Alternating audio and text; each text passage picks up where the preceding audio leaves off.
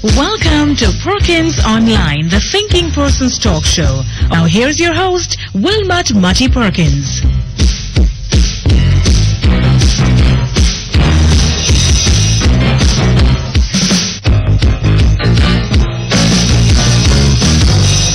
Morning everybody, morning, and welcome once again to Perkins Online. Sorry for the lateness, but it's tied into the schedule. Into the schedule, yes. Okay. You know, 6 policemen have been shot since the beginning of the year. And we're now only in the second month of the year. Today is only the 14th, so we're midway through the second month. And already 6 policemen have been murdered. And this is a cause for concern. But in my view, no greater concern than the fact that any other 6 persons have been murdered. We hold these truths to be self-evident, that all men are created equal.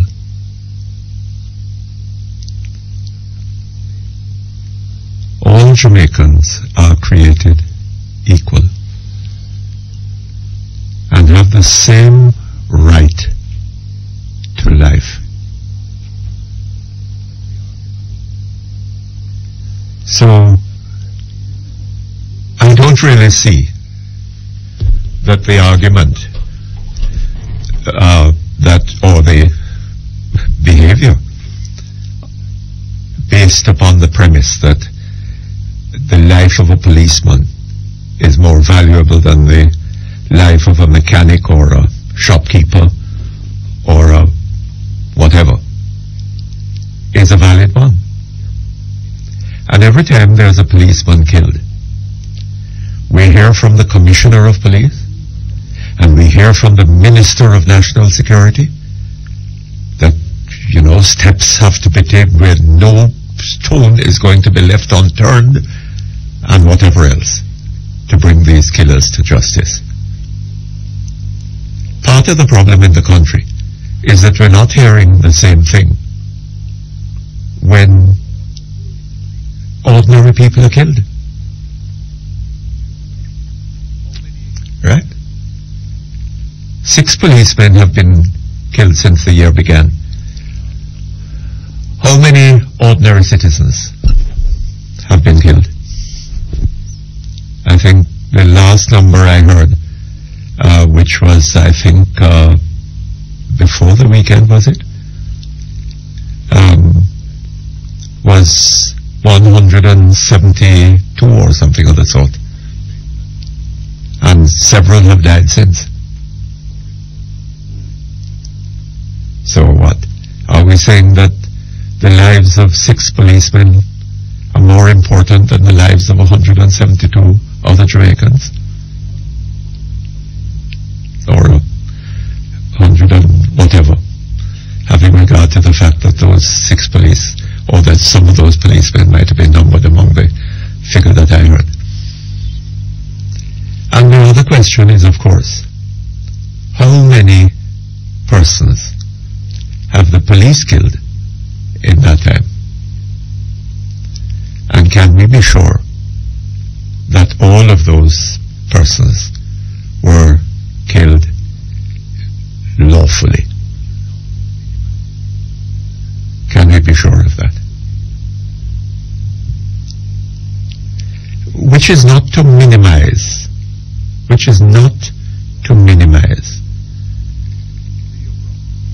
the brutality, the wrongdoing, the degree of wrongdoing that is involved in the murder of a policeman. That is not the point that is being made here. It is merely to say that a policeman has the same right to life that you or I or any other person in this country has. The identical right to life. And I think that there is something wrong in the attitude that is being displayed. That some people are more important than others. From the perspective of their rights to life, and other fundamental rights that human beings should enjoy.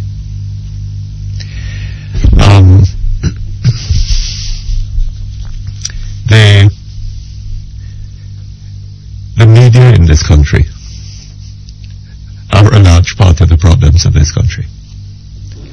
There's a story on the front page of the Observer this morning.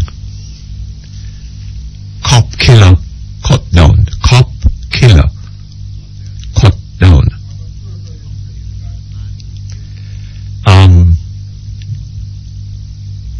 What they are saying, the cop killer, the man who killed the cop, has himself been cut down. That's what the headline is telling us. Okay? When you read the story, it tells you something quite different. The police acted swiftly yesterday morning,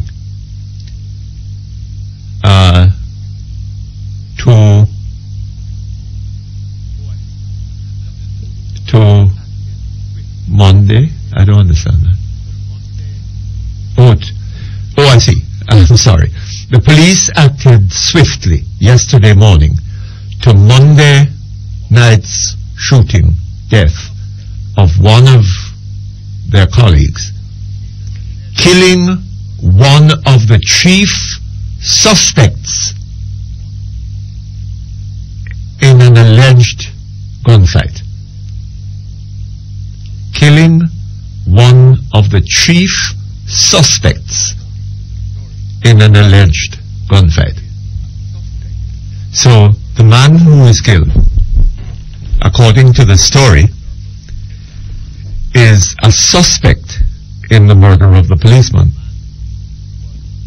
But the Observer's headline is proclaiming to the world that the man was the killer of the policeman.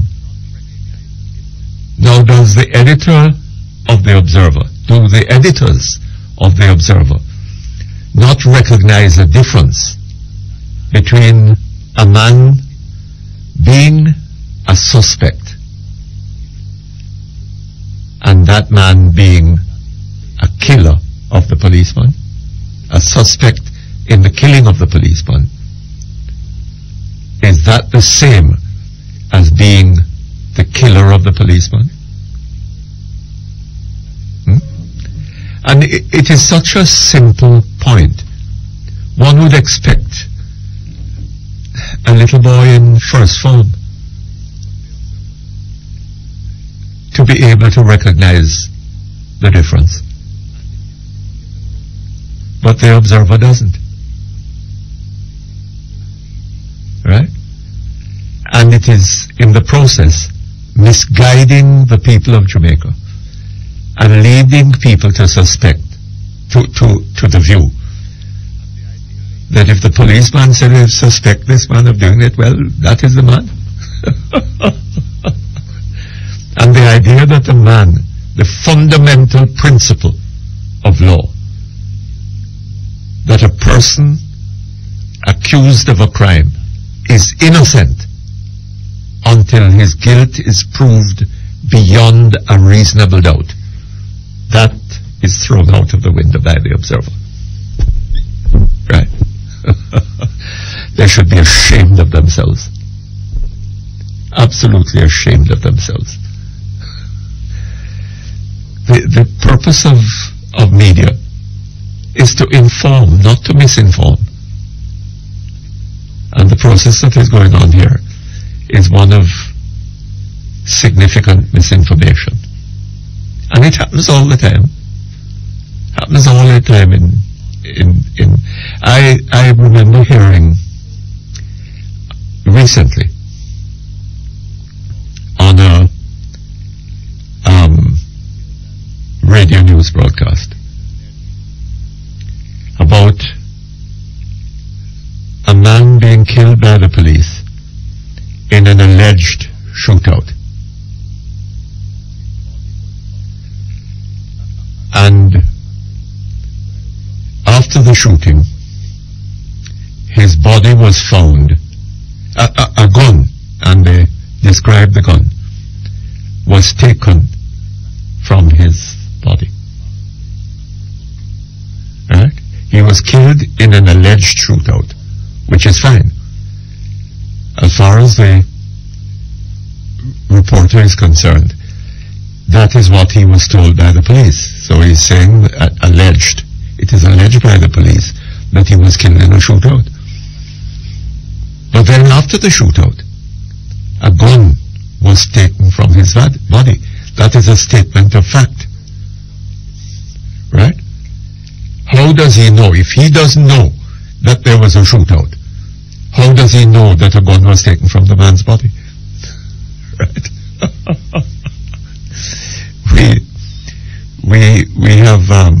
We have problems with the language and the logic, right? And we need to get over them. We take a break, we come back in a moment. Okay, thank you very much. We're back here online. Okay, let's for the moment leave the horrible issues of crime and policing and the brutality that is overtaking our country. And go to another aspect of it. There's another story on the front page of the Observer about a letter written by an ambassador to his neighbors. The ambassador's letter complaining that his neighbors' dogs were making it impossible for him to sleep, and his request that the dogs be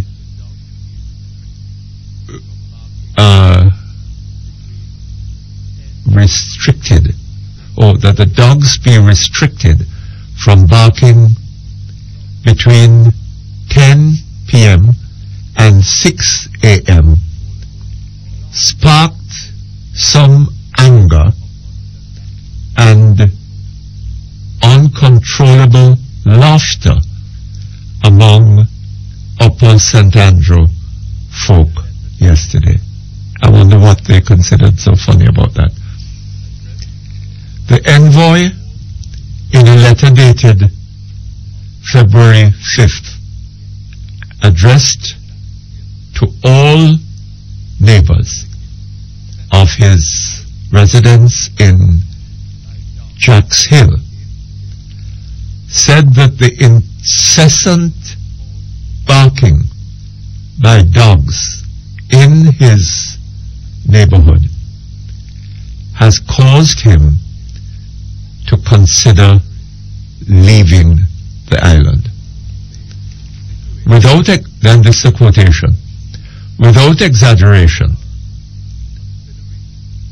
the situation is so awful that we are considering to terminate our term of duty in Jamaica, the ambassador wrote, adding that his deputy was having a similar experience and was also considering leaving the country as well.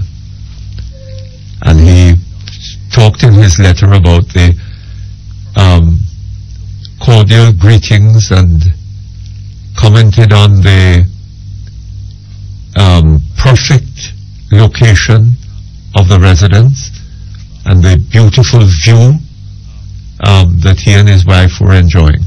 One has to sympathize very strongly with him.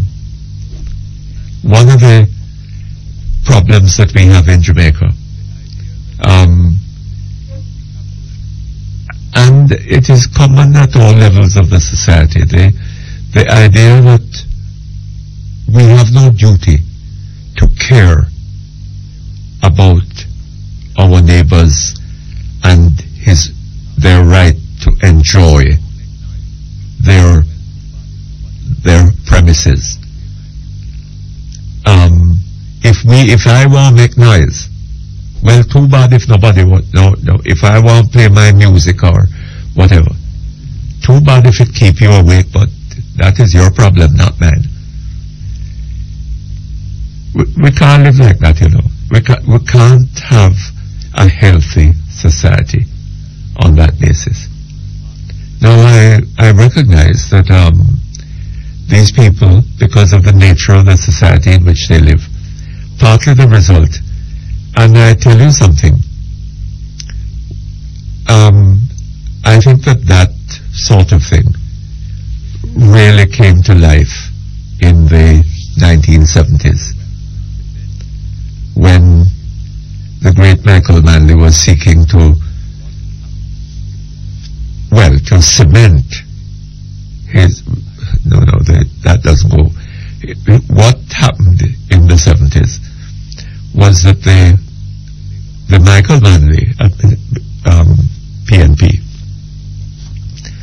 sought to outflank the Labour Party on, I suppose, what we might call the left. Hitherto, the Labour Party had been quasi-party.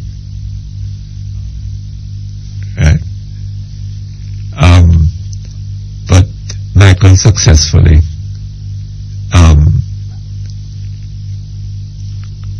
took control of the masses.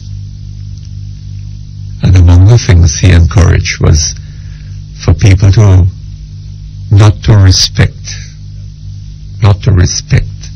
other people, and to, express themselves and assert their persons and whatever. And it is out of that, I think, that the dance hall thing has come. The idea that the aspect of the dance hall thing, where you turn up the thing till it buck, and God help who live next door, if them don't fall asleep or whatever, or sick in bed or something. And as for the little child, I've frequently wondered about that little baby lying in a crib next door to the dance hall, in a little hut next door to the dance hall, and all these songs are blasting its ears, and it can't do anything about them. Right? But it is not only in the inner cities that this is happening. It's happening all the way up to Jacks Hill and wherever. Right? People have no concern for each other. We are bitterly divided people. And we talk about uniting for this and uniting for that. It ain't gonna work. We need cultural repair in this country.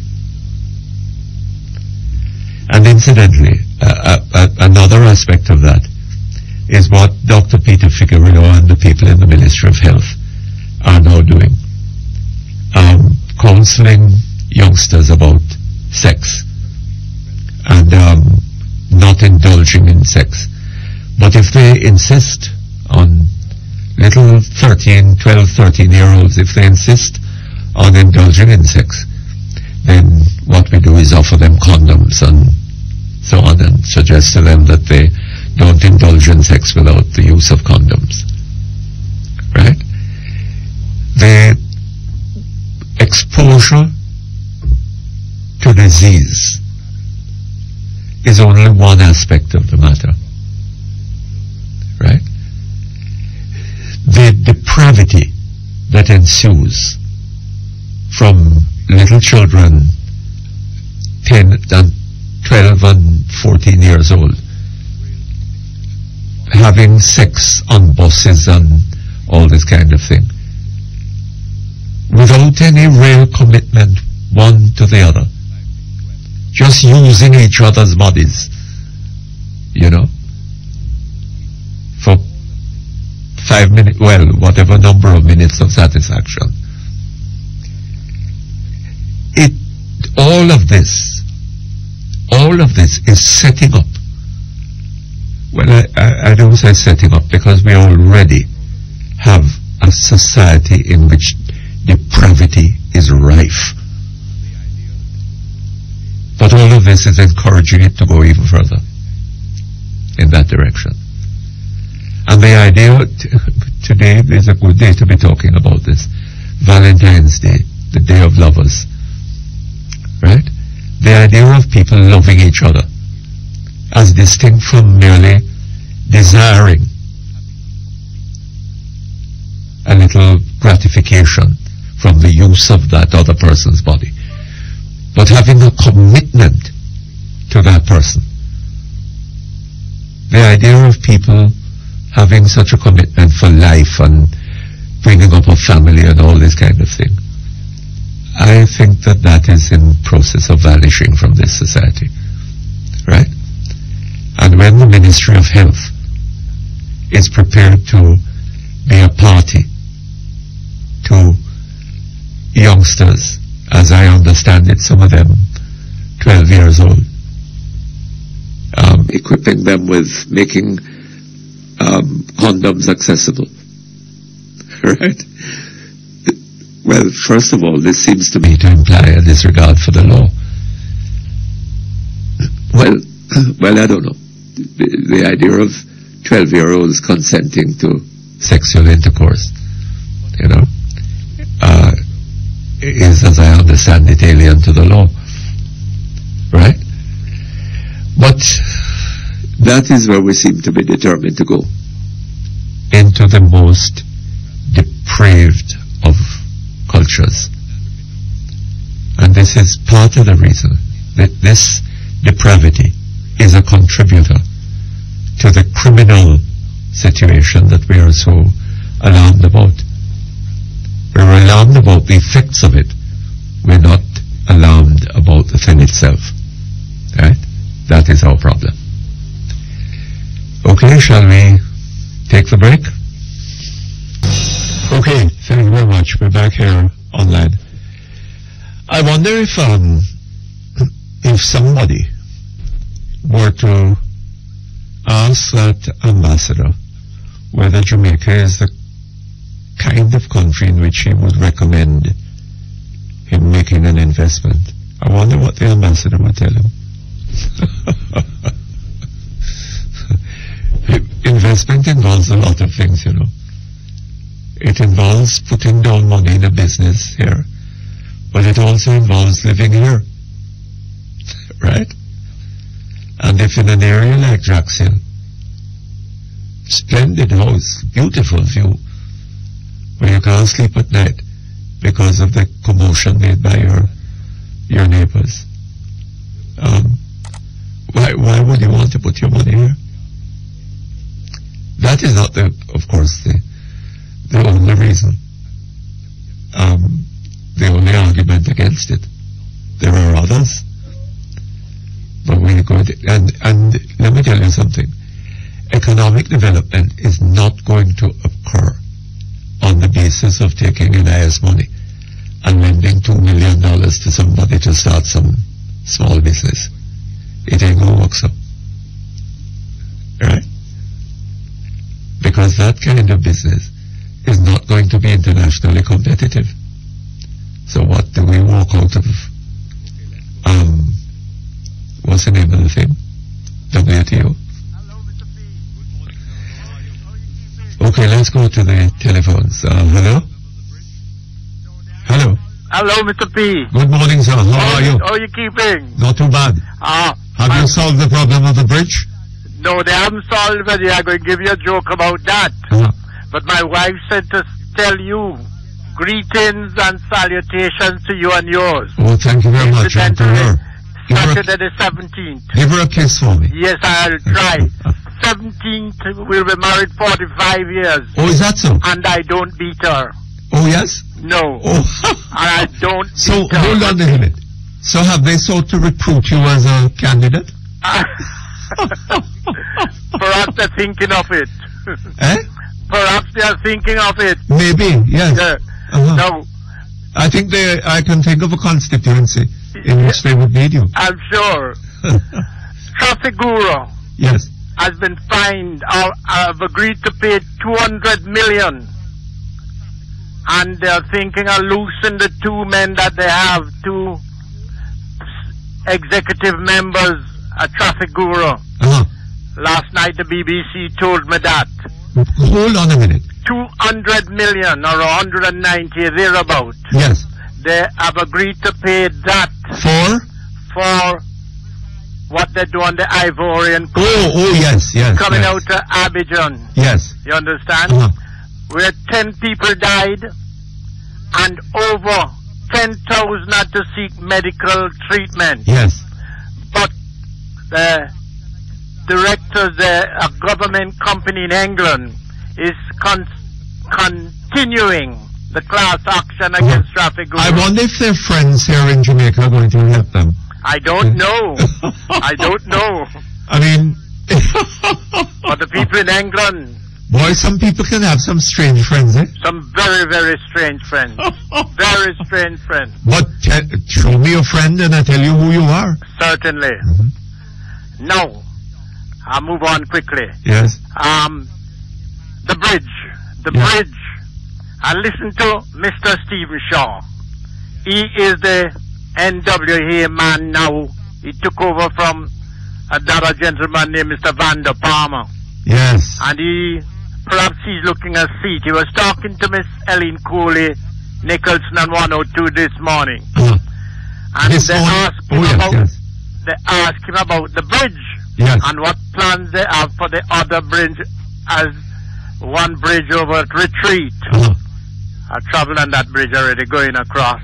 What plans they have for that bridge and other bridges mentioned by Mr. Bobby Montague, the Mayor of Port Maria. Yes. He says, look here, Mr. Montague is no authority on bridges. And he can't tell us what will fall down and what won't fall down. No, and immediately I cast my mind to that little man at Yallas. Man at Yallas that told your schoolmate. That man was no authority on bridges. He's not an authority on bridges. But he told your former an ignorant little farmer, little bushman. Yes. And he told them that the bridge would come down. And the bridge came tumbling down less than 6 months after. They had curry goat, white rum, Heineken beer. Yes. 6 months, less than 6 months, the bridge came down. Yes, indeed. And he was not qualified engineer on bridges. Mr. Stephen Shaw is making his mark. But yet, perhaps he wants his seat as well. But the thing is this, that I don't really understand. Yes, sir. The mayor doesn't know anything about bridges. Yes. He doesn't have any engineers on his staff who know anything about bridges. He doesn't have any money assigned for the purpose. Certainly not. And, so this local government system yes. is nonsensical, You have a local government. Yes. In St. Mary. Yes. But its resources are limited. Yes.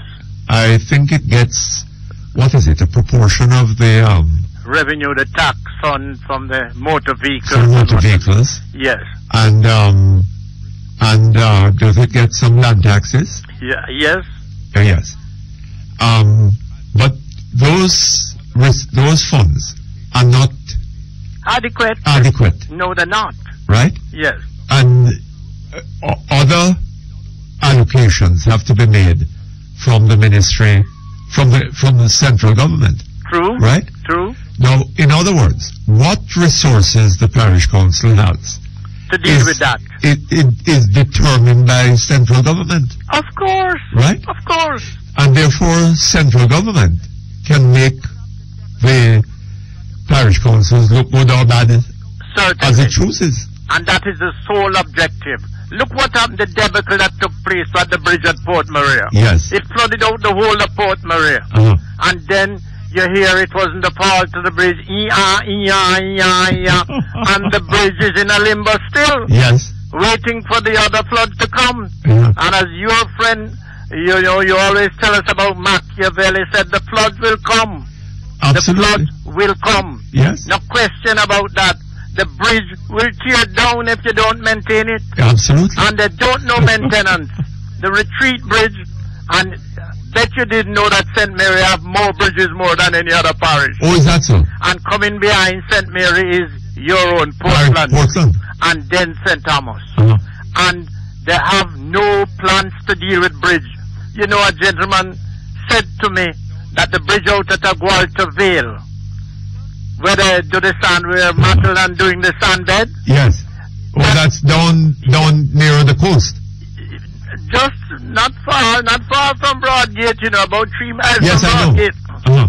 He said, a leg of that bridge is undermined. It is undermined. Of course, you will hear that the caller don't have any expertise and the mayor hasn't got the expertise. Oh, yes. But we know what will come tumbling down. Uh-huh. Just like the Yallas Bridge. Mark, you know, sir, one has to be a little sympathetic to Mr. Shaw. Yeah. Because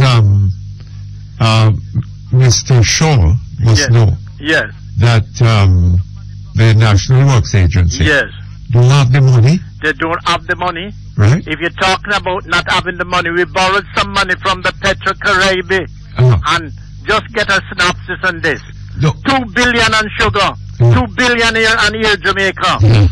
Some went to But hold on, sir. the cost overrun at White House. There is a problem there, you know, Yes, because we didn't really borrow money what we did. from Petro-Caribbean, What we did. right? Yes. The Petro-Caribbean deal Yes, is sir. a deal Yes. under which where you're importing some oil Yes. from Venezuela, Yes. right? Yes. The oil is valued at, let us say, $50 per barrel US. Yes. Yes. And you pay, Yes. what is it, 40% of that, Yes, sir. right? Yes, sir. Which would be, what's it, $20? Yes. And the rest Yes. is given to you as a loan. Yes. No, in other words, you don't have cash in your hand Yes. coming as a result of that loan. No. What you have Yes. is, for the moment, a small, well, I don't know. You're taking the money off the top like a gangster, though. Yes. You're In taking other yours words, off the top like a gangster. yes. And here what the provision was made to disburse this money. It wasn't carried according to the Constitution and put in in Parliament. in the consolidated fund. No. They set up another fund. The Minister of Finance and put his brother in charge of it. His brother is in charge of the disbursement of this fund. Yes. And from what we see here, every now and then we see a brief synopsis. And it's nearly 6 billion that has been expended. Here Jamaica, the Sugar Corporation, some of that money was used to defray the contractors' costs and the 43 million cost overrun. And some is going on crash program. Yes. So we must have gone about $6 billion of dollars already. Hold on. It isn't that they have the money sitting there in a bank account. No. Right? Yes. What has happened is that they have not had to pay that money immediately. True. Right? But we're still going to pay it. Yes, of course we're going to have to pay. We the taxpayers. But the point is that there is no fund there sitting down Yes. from which they can take money out to go and fix the bridge. No. Unless, of course, they had the money to put into the fund. Right? But a system has been set up completely divorced from the consolidated fund. So we don't know how much is in yes. it. We don't know when it's expended. And it's just obfuscation. Just a little while you see this and a little while you don't see it. Adacadabra. That is what the world-class finance minister is doing with us. Mark you, the reality is, of course, that no, I think I'm wrong. Yes. Because they recover that money from the sale of the gas products. Yes. Fuel products. Of course. Right? Yes. So they recover it from that. So maybe they do have that fund somewhere. Yes. You know, but we will have to go back to you again and beg him. Hold on just a moment for me. Okay, thank you very much. We're back here with you, sir. Hello? Yes. It is illustrative of the predicament of this country. Of course. That we see around us roads in an appalling mess, bridges collapsing and on the verge of collapse, the government having difficulty paying the university lecturers. Yes, 500 million. Money that they owe them. I've owed them, I gather, since 2002. Corrections officers. And they're now thinking of paying them, suggesting that the people take 8% of the money. 17%. Then they're having problems with correctional officers. Yes. Right? And the cheek of one man getting up in the last Public Accounts Committee meeting and say, we might have to ask the taxpayers to take up the tab for some of the overrun. You don't get any medal for guessing who said that. No, you're not getting any medals for, you know who said that. We might have to ask the taxpayers to take up the tab for the cost overrun. Yes. Were we taking up the tab for everything, 80% of that cost? Well, I tell you something, sir.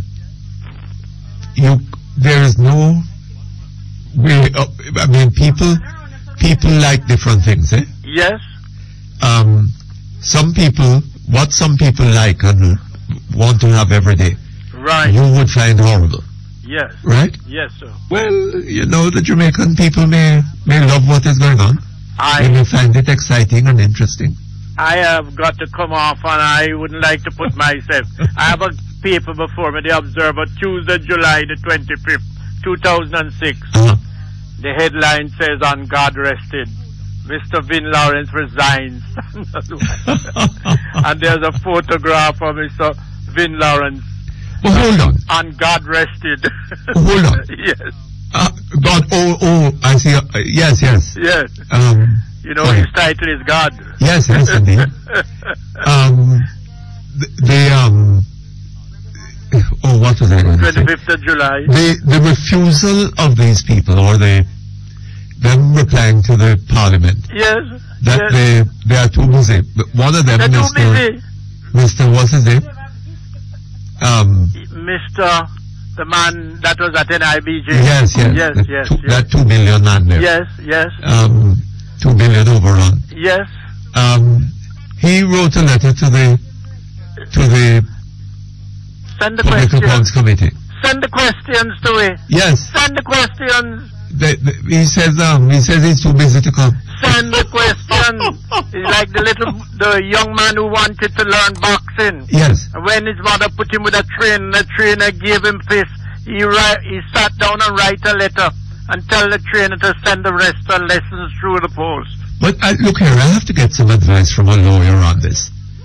Do people have the right to treat the parliamentary committee in this offhand manner? I didn't realize that. I don't realize it. That's why I'm harping on the change of the Constitution. Yes. That must be changed. Too much footloose and fancy free. I was under the impression that Parliament was the highest court in the land. The highest court of the land, Parliament. But Parliament has reduced to an Anansi business. Well, I suppose that yes, these people are the right people, and therefore Parliament would not. I have to get some legal advice on this. Please do, Mr. Yes. P. Let me shift and give somebody else a blind. All right. Thank you very much. Very all good. the best to you. Okay. Hello.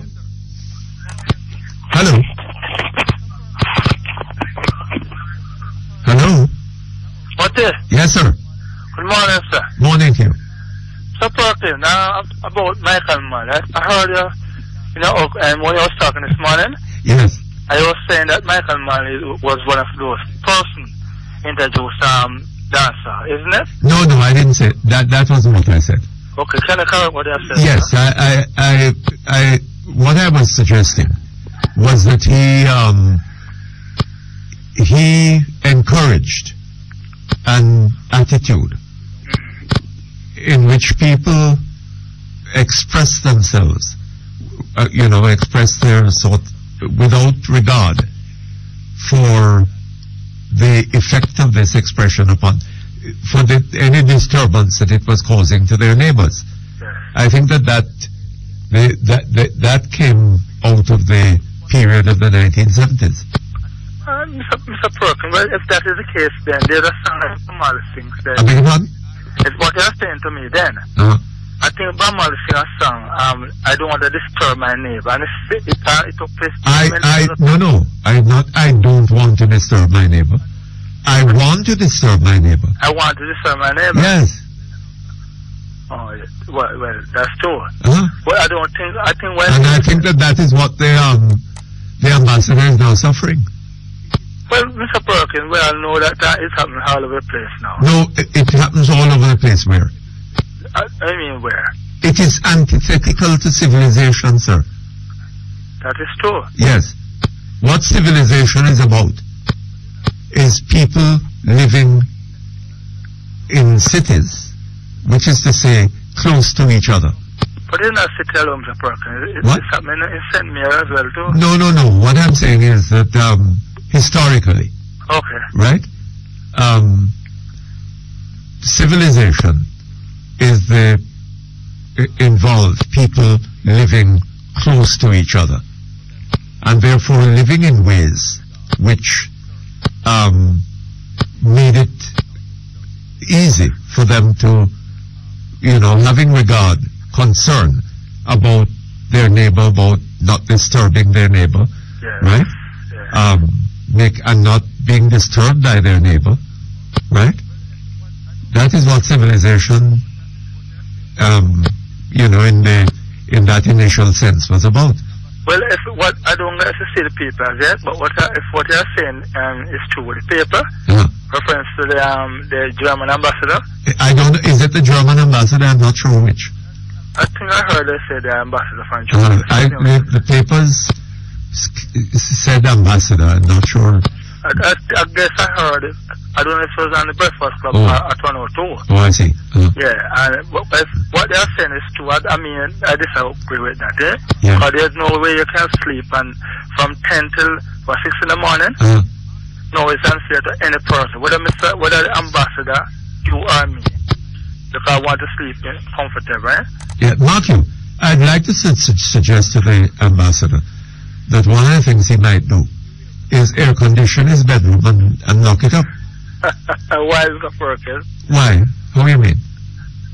If you air condition it and lock it up, and you have some heavy drapes over the doors and windows, you will keep out a lot of that sound. Well, in that sense, yes. Eh? Yeah, that's true. Yes. But I don't think it's a wise move, really. I think what he should do is to contact the Foreign Affairs Minister, because that is very important to him, yeah? And to be fair, I don't think that will happen in Germany. If that is the ambassador. It would not happen in any civilized country, sir. Right? People do not behave like that in civilized countries. What you can do, Mr. Perkins, in my view, try to contact the Minister of Foreign Affairs office. You understand me? Because if what they are saying is true, I mean, it's not really unfair to that person, ambassador. You understand what I'm saying? I know that for a person, though, it's a such thing, because I used to tell Mr. Perkins, where I live, yes, this huge noise. It's what? This huge noise. Yes. And I cannot sleep no time at all that time when that person is in, eh? So I understand the ambassador really when a person who comes from... You have a neighbor who does what? I'm saying to you, I live very, very close to another person. And when he turn up his set, he disturb me right back to daylight. What set is this? Well, it's not a huge one, really. But I said where that I cannot sleep no time at all. What do you think? The music? Yes. You understand me? And you can't sleep? No, you definitely cannot sleep. Just cannot sleep. Because it's disturbing me. Well, you know what that man is telling you. That you should live as far as possible from people like that. Right? No, that is the antithesis of civilization. That is true. Right? And it happens at all levels of the society. True. Right? People are selfish. They have no concern about other people. True. And I think it comes, it's not just selfishness. It comes from an insecurity that in the 1970s, it was encouraged by the Michael Manley administration, by the Michael Manley politics, the politics of, what they call it again, democratic socialism. Yes. Right? But Mr. Perkins, you talk about in the 70s then. But, would you agree with me that is so? About what, sir? As a Manley supporter yourself. Yeah. Wouldn't you agree with me that period, in that period, there was a great deal of encouragement of people to express themselves and to what is it? They had a term for it. Mr. Perkins, in those days in 1970, I was almost younger, so I can't. What I can say for sure, non Michael Manley in just after 1980. That's what? Very, very well, but reading about Michael Manley, so to speak, then I really know the man himself. But in the 70s, I can't talk much about the 70s. Your voice is I'm saying to you, if you're talking about the 70s, I was a little boy then. Yes. So I don't know much about Michael Manley, so to speak, more than read about him, see him on TV in the 1980s. Yes. And along with that decade on when the war in Jamaica at the time, before the general election. So I read about the person and seeing the person in the 70s is very difficult for me then. You understand what I'm saying? One thing for sure, a person with whom at that time who support the Michael Manley administration said he was one of the greatest prime ministers. Now. Yes, I suppose in the same sort of person that would have said that Omar Davis is the greatest finance minister. Well, I can't see. Hold on just a moment for me. Okay. Okay, thank you very much. We're back here online. Yes, Mr. Perkins. I was saying to you, why is it then in the 1970s, so many people, even when Michael lost 1980, love Michael Manley, Mr. Perkins? You answer that question. Why they love him? Yes, and he was a popular leader. He was like... Oh yes, he was very charismatic. He was a man of charm, great charm. Yes. Right? But being charming and charismatic, and being capable of leading a country to anything but disaster are two quite different things. But many people... Hello? Yes? But many people would have said that what you have said is not true. That what I'm saying is not true? No, I'm saying to you, many people have said what. Listen to this program right now. Listen to this program. Are saying in their head, I can't speak for them really. So what they're saying is nonsense, eh? It's nonsense. Yeah. On what ground are they saying that? No, I'm just saying to you, people have opposed it and do agree with you. But many persons who I spoke with really. Yes, but hold on. The mere fact of somebody disagreeing doesn't mean a great deal. What is important is the basis upon which they disagree, and whether that basis is valid or not. Yeah, I asked someone 2 days ago, why is it at the time that you support Michael Manley in the 1970s? He said free education was one of those things. He said free education. Free education. Hello? Yes. German. Equal right for women. In other words, like police are getting $80. The same female police must get the same $80. You understand? If what? If I'm saying to you, equal pay for all persons. Not separate. In other words, the man was supposed to get bigger than the woman, eh? Uh-huh. Yeah, that's what I said. So he said he do many good. And many persons make mistakes. Uh-huh. He told, yes. Uh-huh. He said every leader in the world make mistakes, Mr. Perkins. Uh-huh. You understand? Well, But I don't want to go to that. Oh, before I go to that. Anyway, I was here, Mr. Mutty Perkins and Bob Marley there. Uh-huh. And he was saying the similar thing. They interviewed with some person, and they said it was Michael Marley who opened their high. Uh-huh. Reference to self-reliance, and in other words, Rasta could work into any bank, so to speak. Uh-huh. It was a great Michael Marley, he said. Uh-huh. Mutty Perkins said that. Look, but I don't want to go to that route right now. Look here. Michael Manley did severe damage, not only to the economy, but to the society. Right? He encouraged attitudes, which, as I've pointed out, were antithetical to civilization. Right? What the ambassador is complaining about comes out of that business of what they call it. They had a name for it in the 1970s. This idea of that Bob Marley put into a song, I want to disturb my neighbor. Right? I want my neighbor to recognize me and my importance, and I am, I can disturb him on this, that, and the other, and so on. Mr. Perkins, that's the music. It is what? It is a music, isn't it? You find it amusing? Yes. Oh, I don't think Bob Marley did offend any person. But I can't see anything else, Mr. Perkins. Well, I don't know. I mean, I don't know whether Bob Marley supported this idea.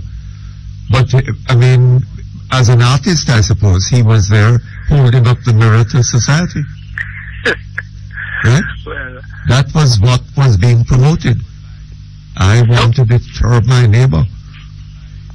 Well, as you said, it is a music. And that was my way of, exhibiting my personality and my right as a human being and all this kind of thing. So what can I ask you a question, Mr. Perkins? Yes. Away from that song that Bob Marley have sing, which you don't support, the thing with that many songs that Bob Marley sing is okay? If what? They are saying to me, I'm saying to you now. Uh-huh. Away from the song that disturb me, I want to disturb my neighbor. Uh-huh. Away from that song itself, Bob Marley music overall is that bad, eh? Look, I am not criticizing Bob Marley's song, Oh? No, what I'm saying to you is that Bob Marley, for all I know, was holding up a mirror to society. Yes. That is the role of the artist. Yeah, that's true. I understand what they're saying. In that sense. I don't want to go that route anymore. Look here, Mr. Perkins. I already was talking about the bridge. Yes. Why don't you get a member of parliament on the airway? Because Mr. you don't want the MP, Mr. Douglas. I would love to have him. Yes, Mr. Douglas. But I noticed I heard him on another program last night, complaining about the politicizing of this issue. Since when has Mr. Douglas become concerned about, the politicizing of issues? What are you, Mr. Perkins? Is it that, no, hold on. Is it that Mr. Douglas, somewhere deep down, feels vulnerable about this? Look here, Mr. Perkins. I was told that Mr. Douglas wasn't in Jamaica at the time. So I don't know if he come back at the time when they are. Well, he was apparently back last. I heard that he was going to be back yesterday. Okay. And I believe he was down there yesterday with the minister. Yes. Mr. Perkins. Yes. Oh, yes. I saw a part of it on TV. But every member of parliament, because that bridge, that clearway, would have concern about that. But look here. Well, hold on. What the hell if it was school children on the bridge when it collapsed? Well, it would be a disaster, really. It would be a disaster. And hold on. And what if that collapse had occurred after some heavy rains, when, as you know, I mean, the water is one thing now when it's dry. Yes. But when some heavy rains are down, if those people had collapsed into that water, many of them would have died. Many of them? You think any of them would have survived? I don't think, because when the water rise, and that's for the school children. Oh yeah, that is the point. But I think what Mr. Douglas was saying, in my view, what I heard is true, is because Mr. Montague and then the opposition leader was there. I can't put word into Mr. Douglas. They were there when Mr. Douglas was there? No, I'm saying to you, the opposition leader went on the scene. Yes. Along with the mayor of St. Mary, yes. Mr. Montague. I was concerned about it as well. And then soon thereafter, the member of parliament come into play along with the minister. And did he say he have concern about it as well? But I did not hear the part you said they take this thing in politics, etc. I don't hear that part. Then that's what I'm saying. But it is good for you to try to get Mr. Douglas. I would love to get him, yes. To clarify this thing, because it's not him so to speak.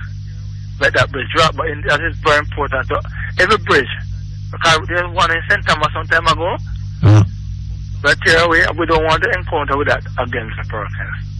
So try to get the most honorable Douglas on their program. The most honorable? Yes. Yes. All right, sir.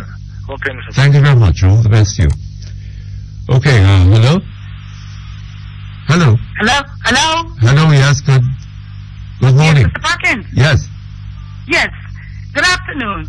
Afternoon? All right. Afternoon then. Yes, I heard you earlier about the American ambassador that live over by in Jacksonville. Is it the American ambassador? I don't think the American ambassador lives in Jacksonville.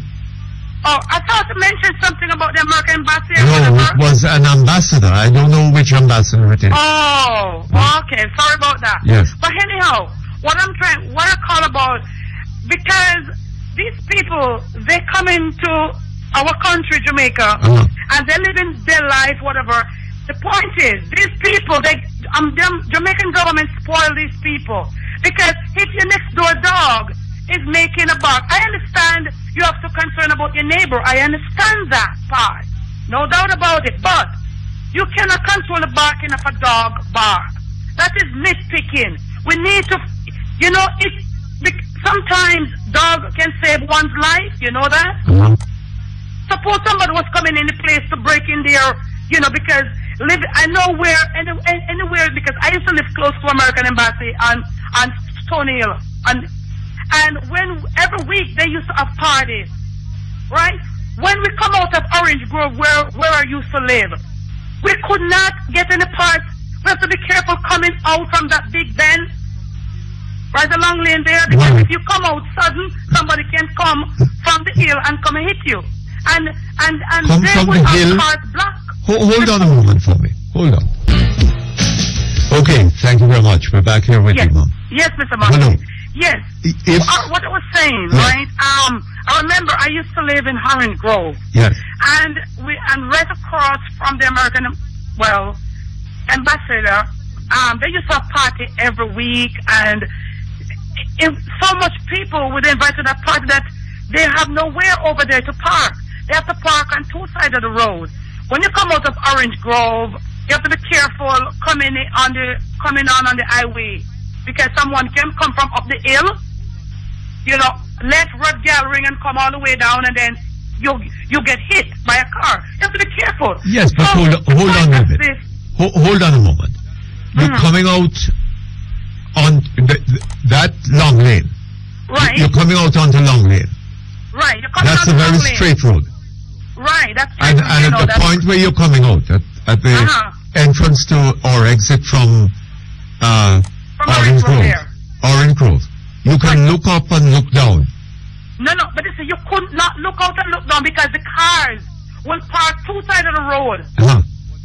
So you could not see if a car coming yes or no, So the point of it is, but hold on. Whatever the right thing. Hold on, Mom. Hold on. Okay. whatever the rights and wrongs of people parking on both sides of the roads.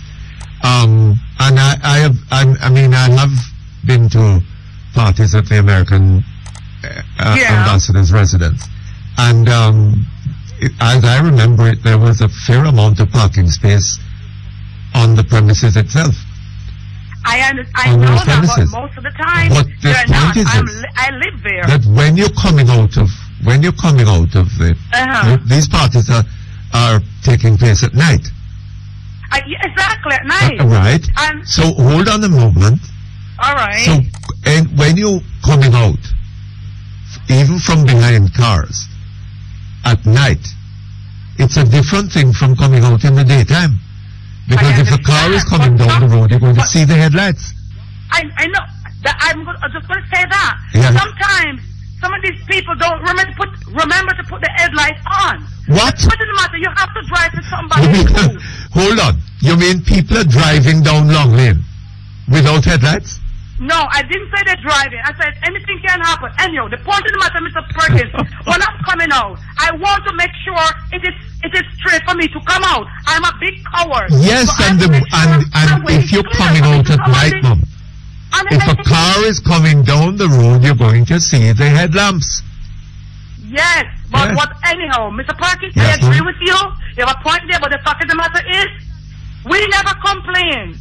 We live in that vicinity, we never complain. So if he wants to talk about, you mentioned that he wants to leave Jamaica because of dog barking, let him go. No, he didn't say, no. He didn't say, as I understand the story that I read, the ambassador didn't say that he wants to leave Jamaica because of dogs barking. Right? Dogs bark everywhere and all over the place. What he's saying is that the barking is so intense that he and his wife can't sleep at night. You don't think that people should have concern for other people? I understand people must have concern, yes, but it's not that a great concern for him to want to take any drastic step about it. All he has to do, you know what they do with the dogs them over here? And that is a sinful thing? What? When you live in condo in the U.S., they operate on the dog, and the dog don't have a voice. Okay, this dog over here do not have a voice, and that is very sinful. So hey, let him go somewhere else if the dog there is bothering him. Another thing to Mr. Perkins, you mentioned about the you're displaying a particular Jamaican attitude, though. Yes, I have to. No one not displaying Jamaican attitude. You have to realize these people come to Jamaica and live in big life than the person who lives there under the condition of the country that each other killing each other. The least this man can complain about is the stupid dog bar. Hold on. Look how much people dying. Hold on a moment. Huh? Yeah. You and I live next door to each other, right? Yeah. You have a right to enjoy your premises. I understand. And so am I. So do I. I have a right to enjoy my premises. Right? So I should behave in ways that do not in any way inhibit your enjoyment of your premises. I understand what that am I right? Mr. Perkins. It's not somebody making noise. No. But is this an accepted principle of civilization, or is it the German ambassador who is inventing this? If it is the German ambassador. Well, Mr. Perkins, all I had to say... Are we a civilized people, Mom? Well, yes, we're civilized people. Then if we are a civilized people... But you hold on a little. Every day you talk about it. If we are a civilized people, then we cannot behave... each other. We cannot behave in ways that suggest to our neighbors that they should be as far away from us as possible. But Mr. Perkins, that's not the point. That's not what civilization is about. It's not the person coming over and interrupt you and it's a dog bark. All he has to do is talk to the owner and see if the owner could something about it. You know well, that's what he did. Well, that's what he has to do. But that is precisely what he did. Well, that's what he has to do. And stop and you know what I mean, and stop being a nitpicking person. We have bigger problems right now in Jamaica to deal with than the stupid dog. Look, Mr. Perkins, another thing about the oil. We don't want Nicaragua, Nigeria in Jamaica. Because if we think that having oil in Jamaica going to solve our problem in Jamaica, our problem will just start. You hear me? Yes. Do you read the National Geographic for February of this? Okay. In the National Geographic, it talk about where the oil is. 50 years of oil in Nigeria Delta, right? When they found oil in Nigeria Delta, the government thought, okay, you know, they can help the people, right? You know what they do? Everybody came in with a big talk and robbed this country of oil, right? Right now, around the Delta, people live in slum. People, we think we have a problem in Jamaica? Read. I would challenge these people in read, and you will see how other people live, like not human beings. When you look at the National Geographic and talk about in the Port Harcourt in the southern Nigeria, it smells like a shanty town. You have slaughterhouse drift all over. Then you have the people who take the law in their hands to prevent foreigners to come, because all they want to do is to feed. Because these people are black people, put it this way. They always believe that black people is stupid, we have no brain, and they're forever going to think like that. And they try to kill us. Who is it that is doing this? They're so intelligent people down there. And other countries right now... And if they're... Okay, so why do they allow this to happen? They don't... Because of... Okay, good question. Let me answer that. Because this government, when they come together, I have a business to do, I contact you, and we have a congregation, we have a congregation of big, what do you call these ones, okay? And they will sit at the table with one of their gender to rob the next person. That's all they do. They make their mind up, just like Parliament. When they have meeting in Parliament, they already make their mind up before they go, you know. All they want to do is to just shoot fire at each other. How it works. The Bible tell you about it. So who is it that is doing this? Huh? Who is it that is doing this? Well, I can't point to the finger because I'm reading a National Geographic. It's the ones that come in. Come in from where? To come in, okay. The Nigeria, the ones that come into Nigeria to do business. Where from? Well, he didn't say where from. All over the world. Yes. That way. But why do the Nigerians allow them to behave like that there? Listen, man. If they need to get the oil to be refined, and a person of a bad agenda, all they want to do is to cut down the next country. Because Nigeria used to be an efficient country. Now, they are importing everything up to water. These people are living by the skin of their teeth in Nigeria. They're intelligent people. They have good resources. They used to have good water. Because of the oil, it damaged the environment. They do not have no good drinking water to drink. Okay? So whose fault is that? We have these people already killing each other. We don't want having a oil there. Oh, I see. Some people wouldn't agree because they said it's good for the economy. For the economy in Jamaica, it would be bad for the economy. Right, we think we have problems. Okay. I'm not sure that we need worry about that. Okay? Thank you very much. All the best to you. Okay, hello? Hello? Yes, Mr. Perkins? Yes, good morning. Yes, good afternoon. Good morning. I'm glad that you said earlier that people... Will you speak up a bit for me? Okay. I am glad that you said people should be able to enjoy where we live. Yeah. Because this is not quite what you said earlier when you were speaking to the first What caller. did I say earlier? You said that something about the effect that the ambassador should hide behind heavy curtains, and that would keep the noise out. Oh, come on, don't joke. I'm getting sometimes. Why do people not listen? Okay, I'm getting upset sometimes with even advertisements speaking about keeping out the noise, when in fact it is other people who are the ones who are at fault. And one of the things I have found is that when you call the police, and this means the involvement of citizens for their own rights, you involve the police, and it has happened on several occasions when I have called the police when there was some noise, and each time the police has come and has asked whoever was doing some noise or playing some music, he managed to have the music stopped or the noise stopped. Okay, hold on just a moment for me. Okay, thank you very much. We're back here on that. Hello? Yes, Mr. Perkins. Yes. The point I'm trying to make... Will you speak up a bit for me? Sure. The point I'm trying to make is that as citizens, if we know what are our rights... and as citizens of Jamaica, we know what are our rights.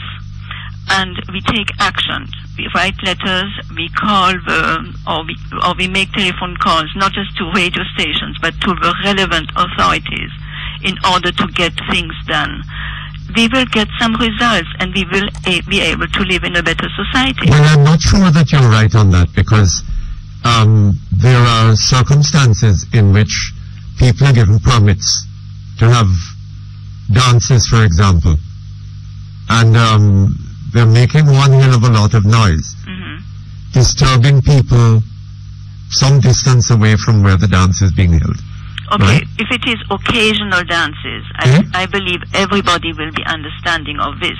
No, but if it is on a continuous basis, and this is exactly what had happened in the area where I live, there was a continuous dance every Sunday night, and I called the police every Sunday night until and they actually took some action, and the dance stopped after I had called the police.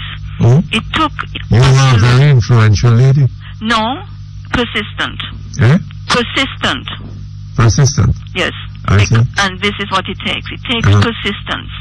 Because it doesn't mean that the dance continued every Sunday night. It went so far as to one Sunday I said, okay, people, you have won, you can have your dance, it's okay. And I said to myself, no, I am not going to allow it to happen. And I called the police one more time, and that was the last call, and it turned everything around because the police managed to make this dance stop once and for all. So it is persistent. I don't know. I don't know about that one. That's not my understanding of how it works. Well, it has worked for me. It has worked for another friend who lives in Montego Bay. There was a lot of noise on the strip. She called the police, and we exchanged how you call it. I told her of my experience, and she kept calling the police until eventually she got people on the strip to... Let me ask you something. Yeah. If this is a matter of law, why should it have been necessary to call the police so many times unsuccessfully before you eventually succeeded? Because people will persist and try continuously to, they're making some money out of it, or they have some enjoyment. So they will continue. It's not because they have been stopped once that they will not continue. But the point I'm trying to make is... Yes, but did you call the police at any time, and the police not put an end to it? The police put an end to it every single Sunday. This is what I mean. But the following Sunday, we started again. And who was it that was having the... Who were these people who were having this dance? I really do not know. I just heard the noise. And where were they having it? It was in Standpipe. In where? Standpipe. In Ligony. In Ligony? Oh, this is in Kingston? Yes, it's in Kingston. I see. Standpipe? at standby. I see. And every single Sunday, they had this dance, and every single Sunday I called, and every single Sunday the police went there. Well, I think that you have been luckier than a lot of others. No, because as I said, it has happened to another friend in Montego. And maybe what happened was that these people didn't get a permit from the police, you see? Well, exactly. But the police give permits for these things to be done. Sorry? I said the police do give permits for these things to be done. They might give occasional yes, permits. and they have the right to carry on the noise until 2 o'clock in the morning or some such time. Right, but they will have to have that permit. Yes. And this is what I'm saying. If it is occasional, it might be a wedding, or it might be, I do not know, around Christmas or something. Everybody will be understanding, and even if you tell your neighbors about it, that there is going to be a dance or something, or you even invite your neighbors, it's just going to create a more harmonious sort of relationship with the neighbors. But this is once in a while. Yes. What I'm talking about is these dances that are probably illegal, but just continue to happen because people allow it to happen. They do not take action. This is the point I'm trying to make. If you do take action, you will get the results. It has happened to me. It has happened to 2 friends, one who lives in the Devon House area, and another one who lives in Montego Bay. And just because of being persistent, eventually we managed to get what we wanted, and that is to live in quietness. I see. All right. Which we are entitled to have. Good to hear. Maybe you want to set up a business, helping people who have these problems. No, I'm certain that you can do that very well. All right, Mom. Thank you very much. Okay, hello? Hello? Yes, good morning. Willie? Yes, hi. How are you? You sound far away when you talk to me. Is that so? Yes. Oh, I see. I presume it is the ambassador, the German ambassador, because that's Jack Phil. I don't know. Right? But the thing is, when I was in a rocker vessel and the dogs just barked and barked and barked terribly all night, I used to say to them, why do all these dogs bark like this? Can't you keep them quiet? Them say, you have your security. This is security. Right? They use dogs as security. Yes. Right? So maybe that's a Jamaican explanation for the noise of the dogs, but I can't... Well, it's an explanation. It's not an explanation for the general failure of Jamaicans to pay attention to the rights of their neighbors. That is perfectly true. That's right. That's true. They just don't give one hoot about that. Right. Everybody just pleases themselves. Yes. So I don't really blame him. Right? And if you're not accustomed to it, we just get accustomed to it. From little children, we're used to hear dogs barking. But for a stranger, it must be terrible coming from a city where it's quiet. Absolutely. That part is, I sympathize with him, but I don't think he's going to get it solved.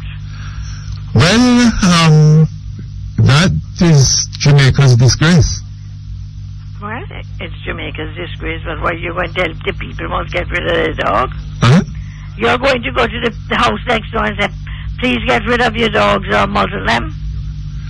Well, I don't know. I sympathize with the people who need some security. That's what they use them for. But I'm not sure that you cannot have dogs trained, not to behave like that. But in the night? In the night? Yes. Then what good are they? You might as well shoot them. Why? What do you want them? What do you need them for? No, you don't need them to be making noise all the time. You spend so much money to feed them, and because the strangers come into the gates in the days and all that, they're well versed. Well, you see, the question is whether they're barking on such an occasion, but not barking, or whether they spend the night barking. the impression that one gets from what one reads in the papers is that the dogs are constantly barking. And this happens. Well, you know? There's no way you're going to get a dog to stop barking. Well, I don't know about that. They see shadows, they bark. Eh? They see a shadow from a tree, they bark. No, I have had a lot of dogs in my time, and they didn't bark like that. But on the other hand, I've heard dogs barking like that. Well, I sympathize with him. Mm-hmm. What has happened to the PAC committee? The what? PAC. Which tax? PAC, P-A-C. On the hotel in St. Elizabeth. Don't you see it's gone on recess for 2-3 weeks? The what? P as in Peter, A as in Alfred, C as in cat. Yes. Which hotel is this? The White House Hotel. Oh, the Public Accounts Committee you're talking about. That's right.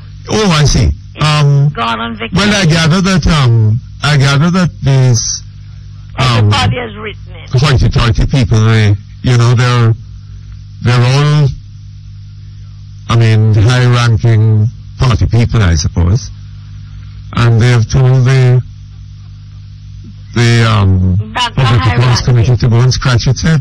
They had one from Butch Stewart. They have no time. Butch Stewart doesn't belong. These are important people, man.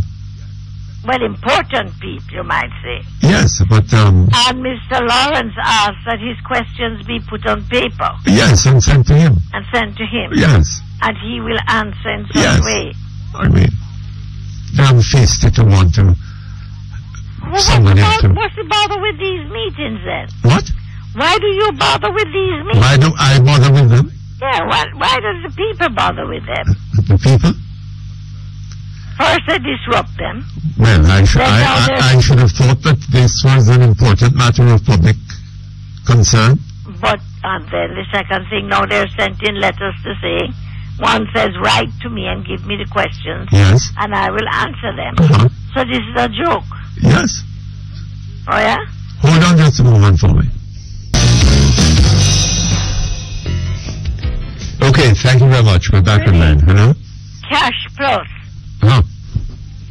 They're on Upper Waterloo Road. I was in the pharmacy the other day and a man was telling another man he gets 10% every month on his money. Uh-huh. And that is a fact. Yes. But you have to be prepared to stand in a line that's very, very long. Yes. I listen to this. Doesn't that mean if this continues that the dollar will slip? Well, this may well be so. I don't know. If they're converting to US dollars. Yes. That is a possibility. Yes. It'll go up higher. Hmm? Isn't there a user? But the dollar is going to slip. Not just because of that, but because what supports your dollar, is your currency. Is like anything else, the price of a currency depends upon the demand for it. Right? And the demand is people want United States dollars, either as a reserve to keep their money in a reasonably safe place and in a currency that is not likely to sort of devalue and lose them value. And they want it again to buy American goods. Isn't there a Now, usual what is it that the Jamaican currency offers to people why they should want to hold their assets in it? Tell me, isn't there a usurer's law? A usurer's law? Yes. That you cannot lend money out that more than 10%? I think that there is such a, well, I don't know that there cannot be such a law now because money has been lent out at more than 10% for quite some time in Jamaica. But this is being lent out. No, that's not money lent. That's money that is being put into a fund that is invested and they're earning that return on it. 120% a year? Yes. So it is said, I don't know. Well, this is what this man was telling the man beside him. Well, fine. And he sounded like a very... It's fine, but if that is so, then what's wrong with that? And then they have now bought Cash Plus Mr. Scott's lease on the place... Yes, the only thing wrong with that is that Dr. Davis will then not be able to borrow at the rates that, I mean, he can't go borrowing at 120%. Well, do you think he isn't aware of this? Eh? Do you think he isn't aware of this? Well, he must be aware of it. Well, I called the financial people the other day and they said, well, they're being called Gestapo. So I guess they're laid to rest. Right? Mr. Scott. That is Mr. Ennis. Yeah, they're good friend, Mr. Ennis. So they conducted a Gestapo. You know, you cannot believe how many of these ministers you see in these gambling houses at night, eh? Are you serious? Yes. Oh? You can't believe it. Oh, is that so? Especially the one by Low Shoe Shop. So you visit gambling houses at night? My cousin goes every night. Your what? Cousin. I see. And he told me of one the other day, I couldn't believe it. Oh, is that so? I know Ennis, but I can't bother with I don't know any of the others, but I'm hearing every day more and more. But now Mr. Scott has leased out Waterloo Road to Cash Plus. It's in the papers this morning. That what? He had a lease on Waterloo Road next to the Coconut Board area. And he sold it to Cash Plus for their new residence. Yes. And Mr. Scott has 2 or 3 development on Dillsborough, which is completely unfinished for about 6 or 8 months. And this morning, he said in the papers, they'll be finished at the end of February. I don't think they'll be finished till about June. If they ever get finished. Well, I don't know. Right? This is the strangest thing going around. People put their money into developments, and all of a sudden, there's no money to finish them. And so they have to sit and wait and pay the interest. Well, I don't know what is that story is in the Gleaner. That's right, in the Gleaner, yeah. Oh, I see. It's the Scottish now the head of the university board. Yes, all right. Thanks for pointing it out. So how is Sister P doing? Hello? Oh, sorry about that. Okay, hello? Good afternoon. Good morning to you, Mom. Oh, I'm sorry. Good morning, Mr. Perkins. What are you sorry about? I said good afternoon. So what? Mr. Perkins. You were only wrong by about 10 minutes. A little less than 10 minutes. Mr. Perkins. Yes. I have a little problem. I don't know if you can help me or you can advise me. Well, let's hear it. I have a case in court, is it, sir? That includes a DNA. With what? That includes a DNA. A DNA test? Right. So this gentleman is telling me that he knows the child is his, but he can get the DNA tampered with. He knows what? He can get the DNA tampered with. I know this is a corrupt country that we are in. And I have spoken to somebody this morning, who do those testings. And they said, yes, it can be done. Yes.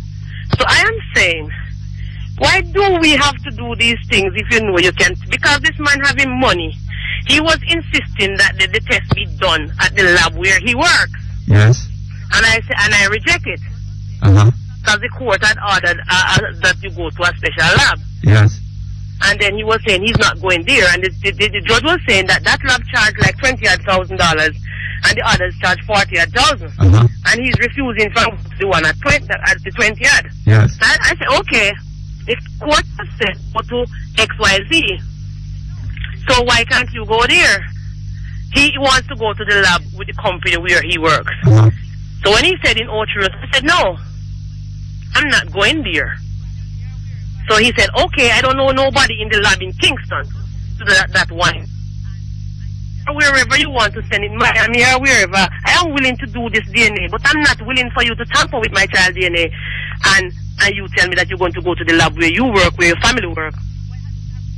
So I want to know, Mr. Perkins, why does it take like 2 months before you can get back a DNA testing? Why has it have to take so long? I don't know. Because when the judge asks the clerk of court, how long will this take to come back? He said, come back the 14th of May. And by that time, it will be ready. Yes. So this is the system here that it takes so long to do a DNA, sir? Well, apparently so. It's sad, though, Mr. Perkins. It's very sad because if you have systems... There are lots of things like that in Jamaica, you know. If you have systems in this country where you have your DNA to be done to get the paternity of your child, and you can get people in these labs to do bogus things, boy, it's sad hearing us, sir. It's very, very sad to live here. Yes. Have you you have a lawyer, I take it? I do have a lawyer. I cannot afford a lawyer. Oh. I see. I cannot afford a lawyer. He's saying he has his lawyer and whatever, but I cannot afford a lawyer. Well, and you're saying that this gentleman told you this? Yes, sir, and he told other persons. Well, that he can get it tampered with. And he was insist that he go to the lab where he works. Well, I suggest that you report this matter to the court. Report it to the court? To the clerk of the court, yes. Okay, sir. All right. Thank you very much. Have a good day now. Okay, all the best to you. Okay, hello? Hello? Hello? Hello? Yes, good afternoon. Good afternoon, Mr. Perkins. Yes, good morning to you. Right, I've just mentioning about that collapsed bridge in Broadgate in St. Mary's. Yes. Now, I've listened to your program and I've heard people talking about different areas of what actually happened. Now, nobody seems to be taking responsibility for this incident. Yes. Now, my concern is... For the condition of the bridge. Well, the collapse of the bridge. Yeah. People seem to be passing the buck about whose responsibility it was to maintain the bridge. Yes. Now, my concern is not about the bridge, but the people who were actually injured in this incident. Yes. Now, I speak for one young lady who actually had her legs broken. The legs, both? Young lady? Both legs? Sorry? Both legs, you say? One of the lady who was actually on the bridge. Yes, are you saying that she had both legs broken? Right, yes. Okay. And she's 6 months pregnant. Oh my God. No, this lady was actually taken to Onoto Bay Hospital. And she's meant to be transferring to St. Anne's Bay since yesterday. And she's still at Onoto Bay. Now, what I understand, because, from a relative of mine, is that for her to be moved to St. Anne, they need to pay the ambulance fee, which is $6,000. Come on, Mr. Perkins, what are we doing? What are the MPs doing? I mean, this lady shouldn't be there waiting to be transferred for money to be paid, Mr. Perkins. No, it sounds bad. And she hasn't got the money to pay. Has she? Sorry, Mr. Perkins? Has she got the money to pay? She hasn't, Yeah. She hasn't got the money. She's unemployed. She's not working. Neither is her mother. I tell you something, Mom. My understanding is that the public defender is investigating this matter. Right? With a view to taking can you action. repeat that, Mr. Perkins? I beg your pardon? What did you just say? I'm saying that the public defender is looking into the matter with a view to taking action on behalf of the persons who were on the bridge. Yes. Right? But, yeah. So I suggest that you get in touch with him. Okay? Who is this person? Sorry, I can just about hear you. The public defender. The public defender? Yes. And who is this? I think look here, I'm out of time. It should be in the book. His office should be in the book. All right? Right. Good. In the telephone book. Okay, that brings us to the point of news. We'll be back here in about 20 minutes. Okay, thank you very much. We're back here online. And I've got a copy of the letter that was sent out to his neighbors by the German ambassador. And it was sent to me by, well, I've also got another letter from Mr. Ghazan, who seems to have an objection to the ambassador's letter and has offered to make himself available. He's one of the neighbors. We're trying to get hold of him now. But if I might, I'd just like to read until we get him the ambassador's letter. It's, as you know, we moved into the German residence in mid-2005. We have been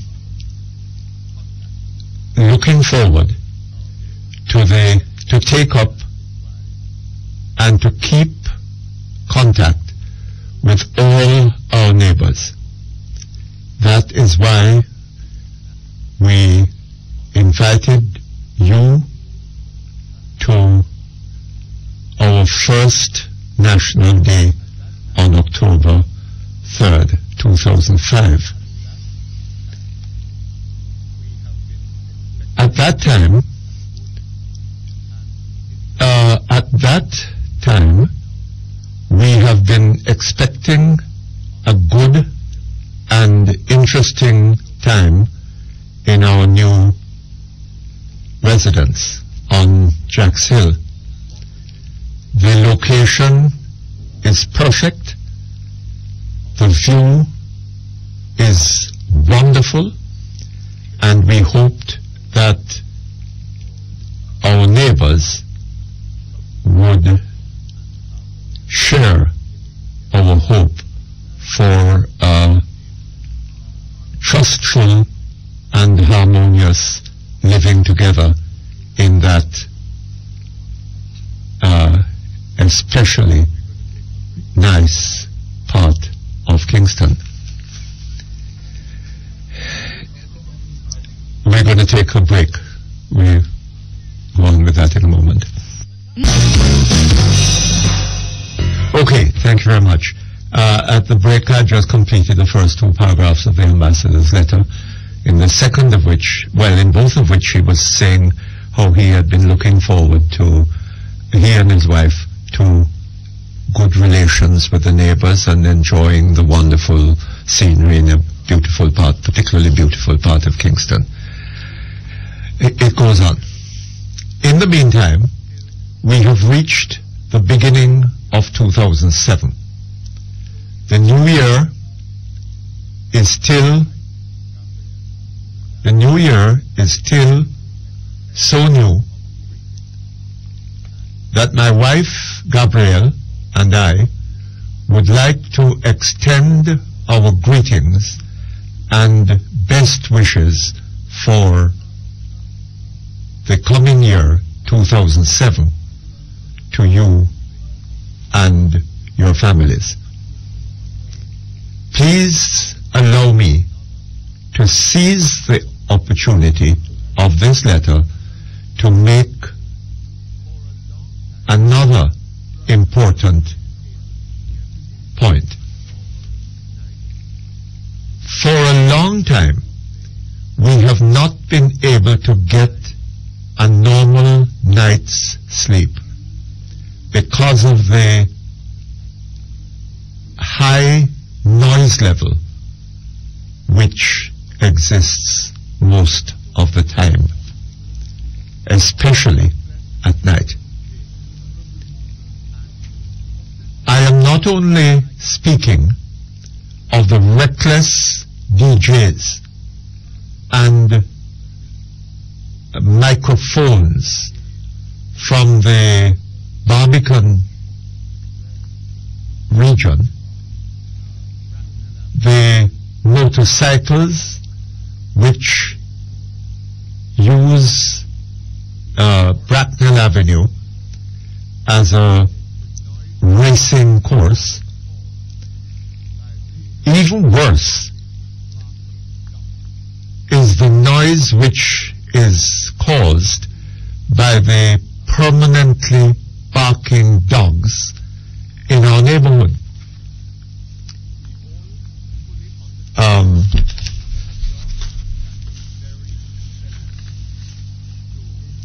We all fully understand that a dog can be very helpful to protect the premises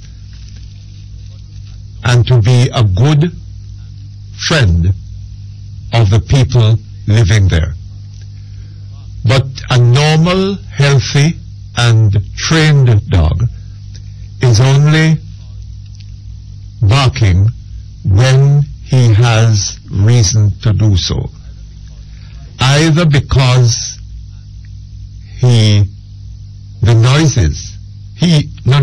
either because he notices an intruder, or because the dog is kept under too difficult conditions. The behavior of the dogs around our house on Jack's Hill is totally different. They are sometimes barking for hours and refrain all and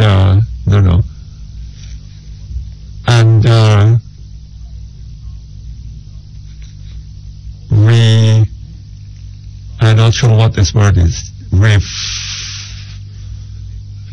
something or other, all the neighbors from sleeping.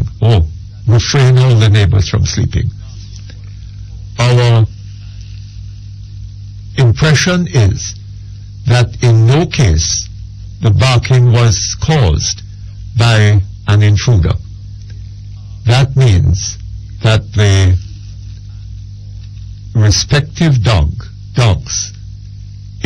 are ill and or kept under conditions which are at least unusual.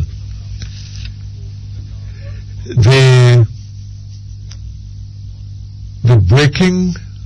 barking of dogs over the last months plural, has developed in a way that for months we have not been able to get a normal night's sleep. Without exaggeration, the situation is so awful that we are considering to terminate our term of duty in Jamaica. This is, by the way, not a singular case. My deputy is suffering from the same noise of barking dogs and is also considering to leave the country because of that. In all the many countries we have been living before, Germany, Switzerland, USA, Singapore, and even Iran, the respective landlord is responsible that no noise is caused by someone or something from his premises. Also in Jamaica, we have a law which prohibits such a noise like the Noise Abatement Act 1997. And under the given circumstances, I asked for your help and support. I would like to request you to take the necessary measures that the dogs on your premises are not barking between 10 p.m. and 6 a.m. Of course, with the exception of emergency cases. That's the letter. Mr. Razan online? Hello? Yes. Morning, Good afternoon, Mr. Razan. Hi, Mr. Perkins. How are you, sir? I'm fine. You know, it's actually the first time I'm talking to you on here. Yes, indeed. Yes. Welcome. Thank you. You live in the Jax Hill area. Yes. And in fact, you're the ambassador's neighbor, or one of them? One of them, yes. Yes. How far are you away from his house? Right next door. Right next door. Mm-hmm. And you hear these barking dogs? And other noises that he talks about? I must say I don't really hear the dogs. Yes. That doesn't mean that he doesn't. Uh-huh. The hill is in such a way that echoes and all that off of the back of the hill behind you. Yes. It could be possible that some people hear noises that others don't. Uh-huh. Well, what is your position then? From your letter, I got the impression that you object to what he has written. No, you can't say that. Oh. What I have a problem with are actually laughable issues. Yes. Because how do you go about restraining dogs from 10 p.m. to 6 a.m.? Well, he has suggested that that dogs that are kept in Well, is he an expert on dogs? Is he an expert on dogs? We don't know this. So he can't make that suggestion. A dog is going to bark if an intruder comes past someone's gate. Yes, but we happen to have a high crime society in Jamaica. But Mr. Razan. Yes, sir. You haven't read his letter. Yes, I have. He acknowledges that. Yes, and is not objecting to that. He's not objecting to it, but he is also implying that his impression is that in no case the dogs are barking because of an intruder. Well, no. What he's saying is that the barking that he hears is unlikely to be explained by intruders. They're not barking because of an intruder coming in. Right? They're constantly barking. What I have a problem with, though, in the general sense of it, writing to your neighbors and threatening to pull out of Jamaica, or for him to terminate. That is not threat. Sorry, he has threatened to terminate his tour of duty. But that can't be a threat to you, Mr. Razan, to his neighbors. Well, what I'm saying is, why even write that? Well, I'm not objecting to what he has done. I'm just pointing out to you the silliness of it. No. Writing to all your neighbors is not the way to solve this problem. Why? Well, why? I don't understand you. What can we do about it? Well, he is asking for your help and cooperation. Right? No, he's actually... No, hold on. He's gone beyond that. He has requested that we take the necessary measures. Yes. That the dogs on my premises do not bark between 10 p.m. and 6 a.m. I don't think that he's asking I don't think that he's saying that you all have dogs. You have dogs. He has sent this letter out to every neighbor. That's my point. He has sent this letter out to every neighbor. And he is now, if he has one specific neighbor that has this problem, then I can understand. You call the guy or the lady, whoever it might be, and you say, look, so-and-so, I have a problem because really, is there anything you can do about your dogs? Yes. But you don't send a letter like this out to all your neighbors. But first of all, Mr. Razan, the letter is quite a pleasant letter. There's nothing is wrong with the letter. I never said threatening or unpleasant about it. I said what I said to you. And what he's asking for is your help in doing something about it. But I don't have a problem with dogs barking. I don't hear the dogs barking. So he's not asking for my help in that regard. He's asking me... I don't understand that. Well, he's asking me to take measures against dogs on my premises. No, he's not asking you to do that. That is you are not reading the letter, Mr. Perkins. The last paragraph clearly states, under the given circumstances, I ask for your help and support. Yes. I would like to request that you take the necessary measures that the dogs on your premises, meaning my premises, do not bark between 10 p.m. and 6 a.m. Yes, all right. So why did you say that? But that does not necessarily mean that everybody... Of course, with the exception of emergency cases. Now, who classifies what is an emergency? Well, an emergency case, I imagine, is when there is an intruder. You imagine? And that's what I understand from the letter. Okay. All right. Right? So if an intruder comes in, my dogs are allowed to bark. Well, but if there is no intruder, they must make sure keep quiet from 10 p.m. till 6 a.m. But look here. I mean, even citing this noise abatement act to your neighbors is a joke. Why? Why? Hold on just a moment. All of us suffer from this in Jamaica. Hold on a moment for me. Okay, thank you very much. We're back with you, Mr. Razan. Yes, you were saying? No, what I'm saying to you is that in the general sense, the letter speaks of his deputy who is also living here. Yes. And having a problem with these same barking dogs. Do you happen to know where the deputy lives? No, I don't. Because clearly this is a problem all over Kingston. And you were saying at the break that we are accustomed to this in Jamaica. I never said that. Why do you try to put words in my mouth? What was the word that you were saying? I said to you, what is the purpose of citing this noise abatement act to your neighbors? No, that's a totally different thing than what you're trying to say that I said. I'm not trying to say that you said anything, mister. My understanding of what you said, just as we were taking the break, was that we are all accustomed to this in Jamaica. We all have this experience in Jamaica. I will say to you that from time to time, Jamaicans in general would be known to be more understanding of these kind of noises than a foreigner coming here, especially given the likes that where he states that he has lived before. Yes. So I'm not downplaying the importance of it. So this is a peculiarity of Jamaican life.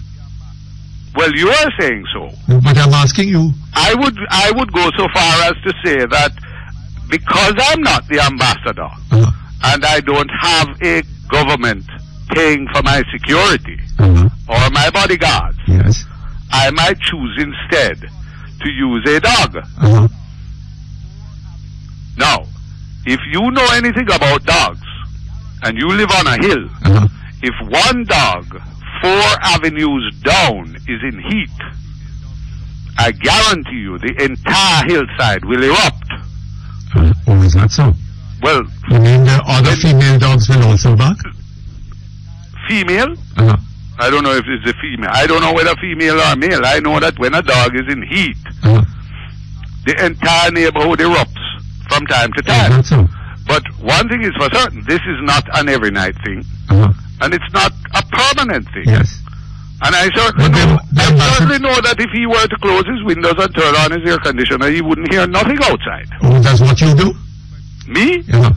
We're not talking about me. No, I'm asking you, that's your... But I might not choose to tell you that. No, but the fact of the matter is... I sit on my patio most nights and I do not hear dogs bark. You don't hear any noise? No. Now, that doesn't mean that the man is not telling the truth, as I have told you. Do you hear any other noises, such as he described it? I definitely hear the DJs in Barbican Square. But I don't have the power that the German ambassador has. Maybe he can call the police hierarchy and have them go and shut them down. Well, he's not telling you about... But you don't think that if you call... He is saying that he doesn't mind the DJs from Barbican blaring up at him. But the dogs are... Did he say that? I didn't read that in his letter. Lord, Mr. Perkins, you don't read the thing. Well, he said he didn't mind the I am not only speaking of the reckless DJs and microphones from the Barbican region, the motorcycles which use Bracknell Avenue as a racing course. Yes. Even worse is the noise which is caused by the permanently barking dogs in our neighborhood. Yes, but he didn't say he don't mind the DJs bearing up with him from Barbican Square. He's saying he can put up with it. Did he? In other words, what he's saying is that he's not only speaking of them, yes, but the one even worse. That is his statement. Even worse is the noise which is caused by the barking dogs. Yes, but that does not mean that he's happy with the noises made by the DJs. No, but he is less happy. You don't see the point I'm making. He says that if you were to rank them 1 through 3, then how would you rank it based it's on not how a matter of ranking, sir. He's complaining about them all. Yes, but he is saying even worse. So you'd have to give that one the number 1. Yes. The dogs in the neighborhood. Yes, but so what? He's complaining about all the noises that are disturbing him at night and keeping him awake. Perkins, let me tell you straight up. You have a show to run. I think the whole thing is just laughable. Personally, I think it's very laughable. Because if this ambassador happened, let us say his government couldn't afford to put him in the lap of luxury, if you want to call Bracknell Avenue as such. Well, you are telling me, you have clearly put yourself in the lap of luxury. I have not. I am quoting various different news sources. But let us go further and say that if they had to put him in Jonestown, he would be writing all his neighbors to tell them, please stop firing guns at night. Do you see the point I'm making? Yes. So, and what you are saying... I'm not saying he's wrong, you know. No, you're not saying... You keep trying to pressure me into what you are saying, Mr. Razan, I'm not saying he's wrong. What you are saying, Mr. Razan, is that you live in a barbarous environment in which this kind of disturbance is to be expected. There's nothing out of the ordinary about it, right? Well, and what let me be perfectly honest with you. I would not consider dogs barking in a neighborhood as being barbarous. You want to term it as such, that's fine. What I will tell you is that people who come from Europe or North America might not necessarily be accustomed to it. You had one caller on who said that, you grow up and you hear these things. I've grown up hearing this all my life. Yes. And I'm pretty sure you have too. So arguing in the opposite. But I can also tell you, Mr. Razan, that I used to have around my house about 10 dogs. Yes. Right? Rottweilers. Now, why would you have those dogs? Well, because you can't afford security guards. For reasons of you don't have the government. There are mostly Rottweilers for you. And I had a couple of a German Shepherd, and the German Shepherds understood you when you spoke English to them. and a couple of the name was gone out of my head. Dobermans. Yeah. Yes. And I didn't have this experience with them barking. Neither do I. Right? Neither do I. I have dogs. Yes, I divided up the yard and to my best knowledge into a number of paddocks. Right? And I kept a pair or so of them. I couldn't have the males all together, they would fight. Right. So I separated them up. And I had about 8 paddocks. I can't remember about that, 8 or whatever.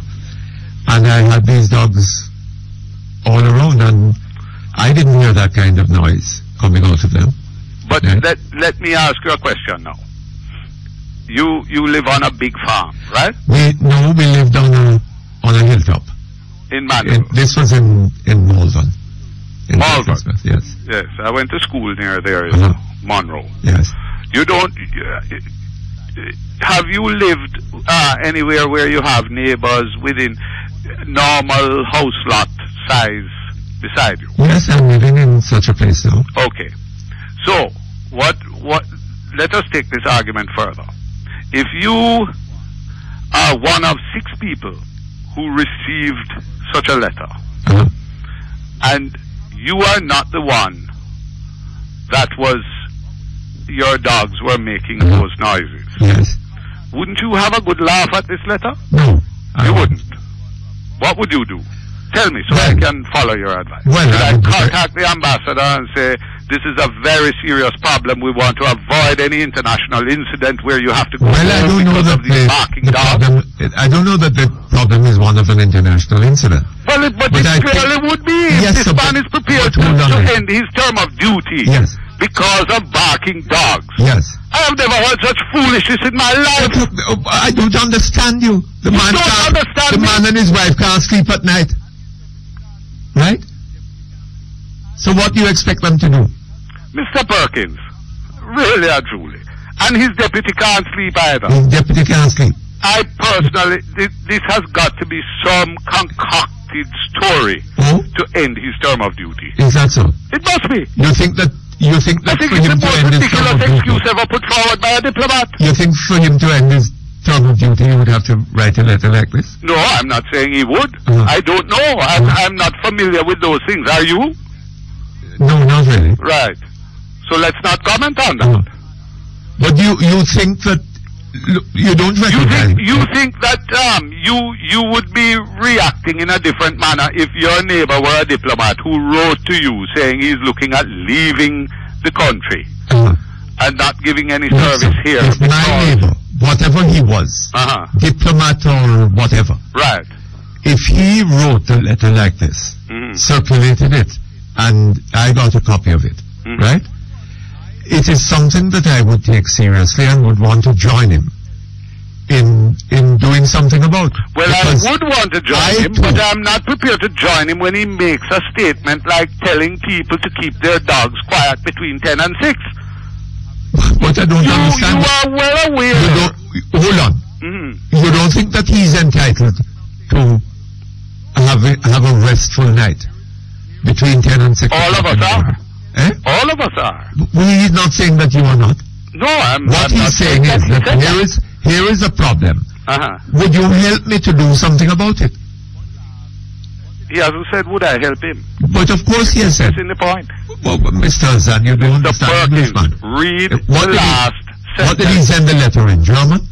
No, it's clearly German translated into English. Is it? Well, even listening to you read it, it sounded like very broken English. I wouldn't write a letter such as this. Well, I don't know. Hold on. There are parts of it. In fact, there are parts of it which actually sound condescending. Hold on a moment for me. Okay, thank you very much. We're back here with you, Mr. Razan. Hi, Mr. Perkins. You know you owe me a commission. Yes? I'm listening all this time and you're getting a lot of ads because I am on your show with you and I don't hear any of my ads. Well, you should come more often. Yes. But look here, Mr. Razan. I would like to suggest to you that what the ambassador is talking about here is a circumstance of barbarity. It goes beyond the question of whether he stays in Jamaica or goes. He's describing us what is not really well, I'm not prepared what is not really cannot claim to be a civilized society, right? Because what civilization, where civilization begins is in the recognition that people are going to be living close together, right? Not one living here and one living a mile down the road. Well, I'm not prepared to go down the road with people are going to be living close together. I live in a barbarous state. And the only way that can be comfortably and reasonably done is if they are going to be concerned not only about their rights, but about the rights of other people, right? They're going to be respectful of the rights of other people. But and I can't have noises going on in my yard which are going to be disturbing you. We are at one with that. Yes. I'm not having an issue with and that. Therefore, Mr. Razan, if the ambassador is saying that this is the experience that he's having, and he assumes that his neighbors are having similar experiences, get together with us and let us see if we can do something about it. You are now interpreting the ambassador's letter to read what you think it reads. Well, that's what I understand it to read. Yes, but I could interpret it to be condescending, but borderline rude. Oh, is that so? Yes. In what way? But I have cited the areas for you time and again. I have. Oh. Now, let me ask you a question. Yes. Since you want to talk about this, let's talk now. Forget ambassador or whoever. Yes. You are my neighbor. And you are having a function at your house. Yes. And because you're having important people, you have 1 million guards, bodyguards, security, this, that. And they park all over my sidewalk and inside my gate, block up my gate, two sides of my road, which is what one of your callers was saying about the U.S. Embassy. I'm not referring to any embassy now. I'm referring to you, Wilmot Perkins. No, are you saying that this is what happens at Jackson? I am saying to you. No. You Wilmot Perkins. No, yes, but hold on. Let's just clarify one thing. Yes. Because people listening to us might form the opinion that you're suggesting that this is what is done at Jack's Hill. No, but you're trying to draw me out. No, but I'm asking you, are you suggesting that? I don't need to suggest it. I am citing something for you. Are you saying that that is what the German ambassador does? It is possible. The German ambassador, as far as I can recall a function lately, but it is possible. I am saying to you. Oh, so no, but don't be unfair. Forget whether it be the do ambassador. not be unfair, Mr. Razan. Right? Yes. Because what this clear suggestion was. Well, I don't want to launch an attack on the ambassador. That the ambassador was doing that kind of thing. Well, you know, tell me you don't remember him having a function recently up there. But recently is a subjective terminology, sir. Subjective? Isn't it? Not as far as I'm aware. Well, what would you classify recently to be? Recently is a statement of a month? Estimate of time. A month? 2 months? What? It's an estimate of time. Correct. And it is subjective. No. It is not? No, I wouldn't call it that. Well, what would you infer? We're getting into red herrings, you know. And all I'm saying to you is, if you live in a neighborhood where you don't live on a hilltop in Malvern, okay? Yes. Where you have neighbors around you, there's a thing called live and let live. Yes. Now, I'm not saying he's to live and let live if the thing has become unbearable. I'm saying to you, there are ways to go about it. Writing to all your neighbors, and you don't even know the people who you are writing to, and you write them this sort of thing, is certainly not the way. That's all I'm saying.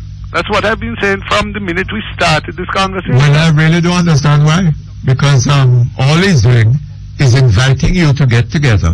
But you have always lived on a hilltop in Malvern by yourself. To try and do something about it. Something about a thing that he would seem to me to be assuming that you are as much the victim of as he is. But let me ask you now. Yes. You, Wilmot Perkins. Yes. Wouldn't you pick up the phone and call me and say, listen, Gasson, I see a problem here, you know. Can we sit down and have some drinks? I'm going to invite over XYZ from around us. Yes. And we try and do something about it. That would be another method of doing it, yes. Would it be a better method or? Well, I tell you, it would depend on whether I know you personally and know the other people personally. But you don't know me, but you live beside me. That's as good as knowing me.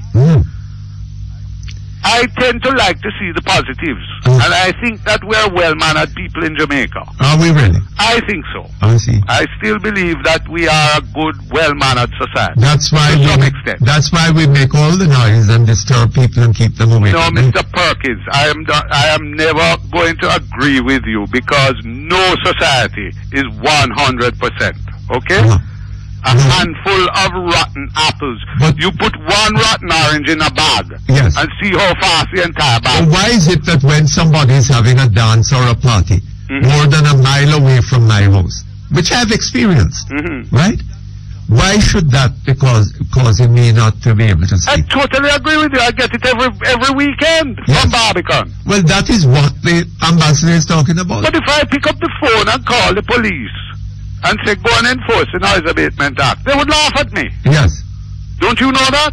Well, I'm not surprised to hear you say that. But if they're slaughtering policemen at the rate at which they're doing, yes, the Noise Abatement Act at that stage becomes a trivial piece of legislation. Why is that so?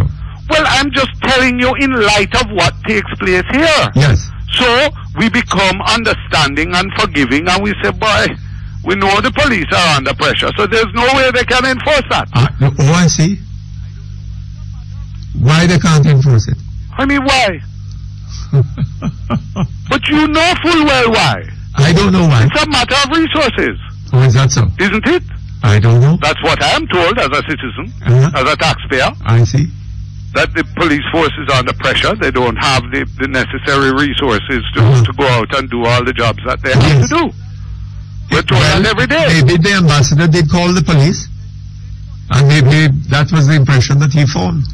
Well, I'll bet you any money that so the in a moment of desperation, he writes to you. I will bet you any money that the ambassador, if he calls and says, I am the German ambassador, he will get far more attention from the police than you, Wilmot Perkins. What a hell of a And it doesn't really matter the fact that you pay those police and not the ambassador. What a hell of a statement for you to be making about this country.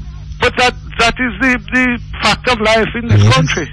What are we... Corruption, that's what you're talking about. I never said it was corruption. What then? Why are you saying it's corruption? Well, the failure of the police to obey the law, because only Wilmot Perkins brought it to their attention. No, sir. Whereas the German ambassador bringing it to their attention. You want to twist things. I'm saying that the German ambassador is accorded a certain degree of security, which you, Wilmot Perkins, will never be able to be accorded. Yes, I see. Unless you become some elected official overnight. Oh! So you're running for any office.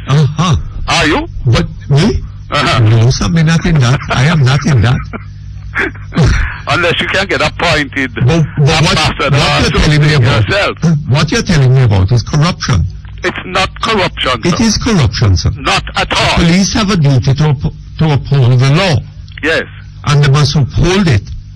Whether it is in relation to Wilmot Perkins. Yes. Or to some man at Jackson. Or to some youngster. Well, I guarantee you. From Trenchtown. Well, I guarantee you, Wilmot Perkins. Yes. You trust what I tell you. Yes, I don't deal with law and theory. I'm dealing with real life. Yes.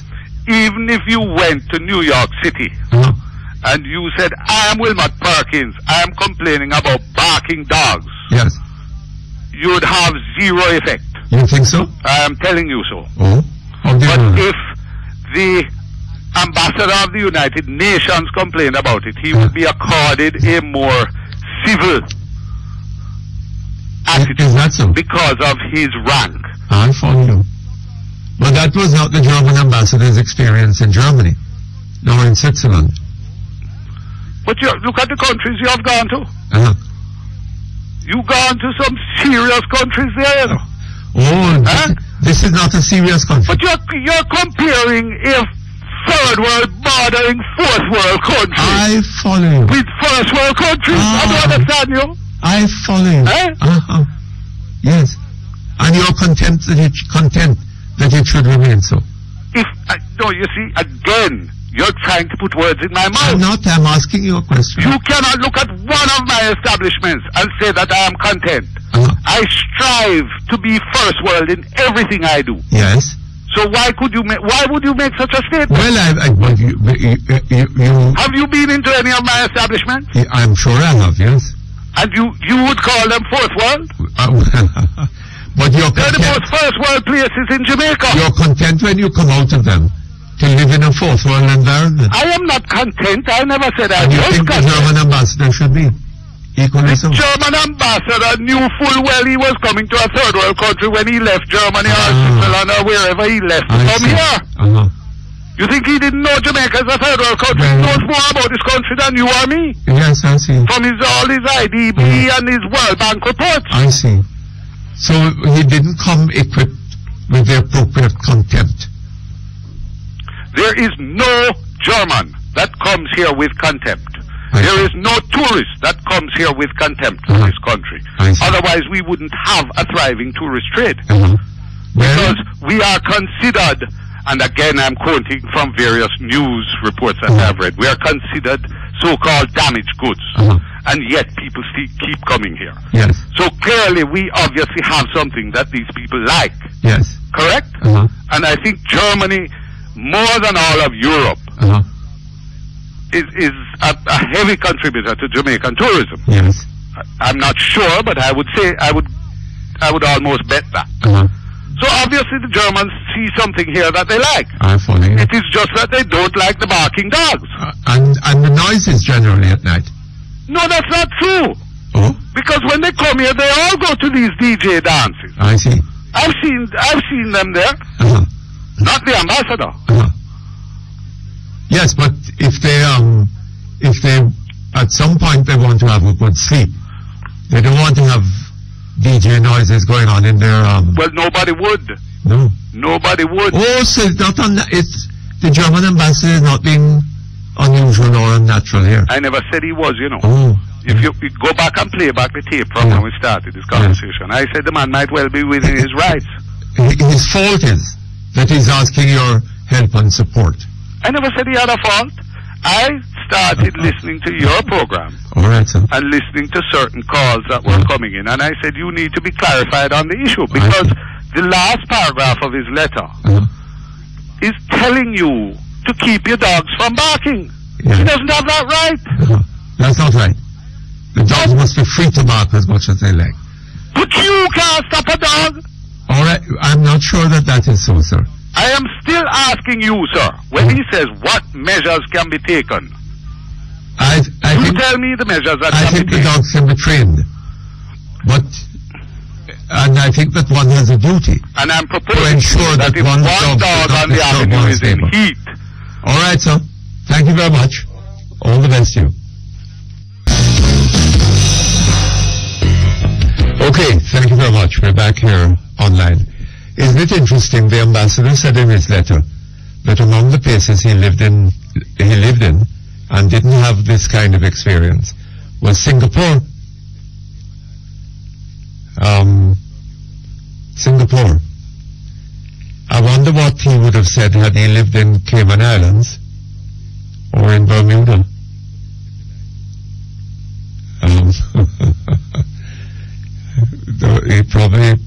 Those are probably equally civilized countries.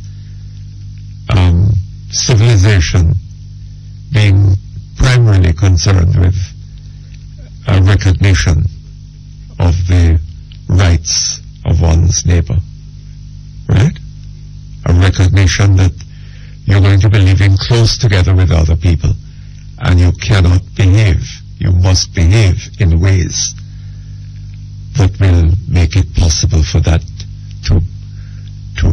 to be so without constant contention. Hello? Hello? Hello? Yes? Is that Mr. Perkins? Yes, it is, ma'am. Good afternoon. Yes, good afternoon. Uh-huh.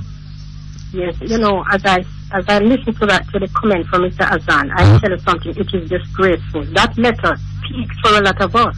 Yes. And the response coming from a man like Mr. Azan, I can tell you it is disgraceful. I can imagine, when I listen to him, I said to myself, if he is barking on the radio like that, can you imagine what the dogs are going on with? Have a good day. Bye-bye. Thank you very much. All the best to you. Hello? Hello? Hello? Hello, yes, good afternoon, sir. Hi. Yes, good afternoon. Hello, good afternoon. Uh-huh. Yes, Mr. Perkins. Yes. I'm talking about the parish council, sir. Yes. The constant withholding of funds from the parish council.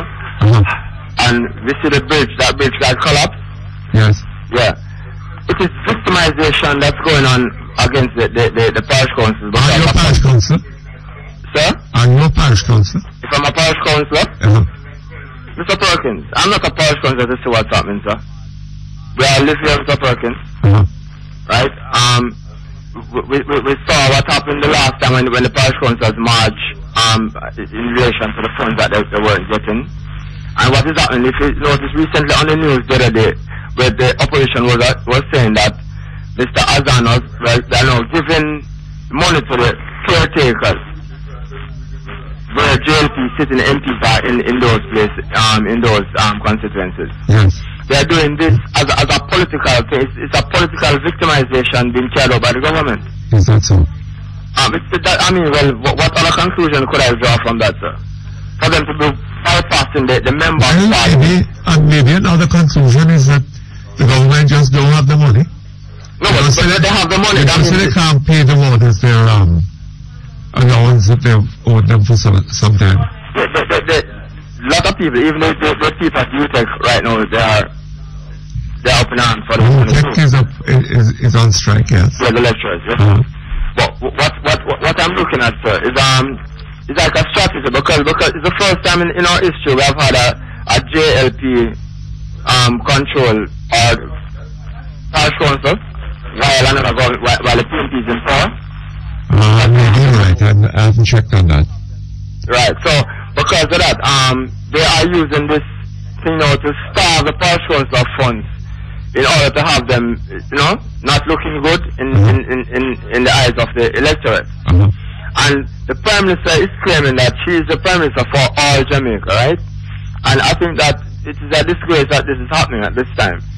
Well, I tell you something, sir. Yes, sir.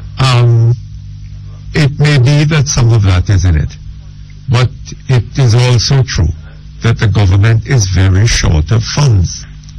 But Mr. Perkins, they find funds to do quite a few things otherwise. They find funds to do things, but they're using funds to prepare for World Cup cricket. Yeah. Right? Yeah, I know that. The question is, would it be politically advantageous to them to have rejected the World Cup? Right? Yeah. They seem not to have thought so. Therefore, they're prepared to spend 120 million or whatever it is US dollars. Yeah, and as a touch on that point about the World Cup, Mr. President. Cricket World Cup. Yeah, I was downtown this morning. And when I saw the pools, even right at Parade there, at Orange Street and West Parade intersection, there is a pool of stagnant water right there, which has been there for a long time. Oh my God. At the corner of Oxford Street and Spanish Town Road, it's like a place where hogs live right now. Oxford Street and Spanish Town Road, sick dogs stunk, Mr. Perkins. Yes. Right? If those dogs see, they wouldn't stop barking. It is like it's a nasty. A matter of fact, the people try to block that section, but because it is right leading into downtown where all the traffic is coming, right?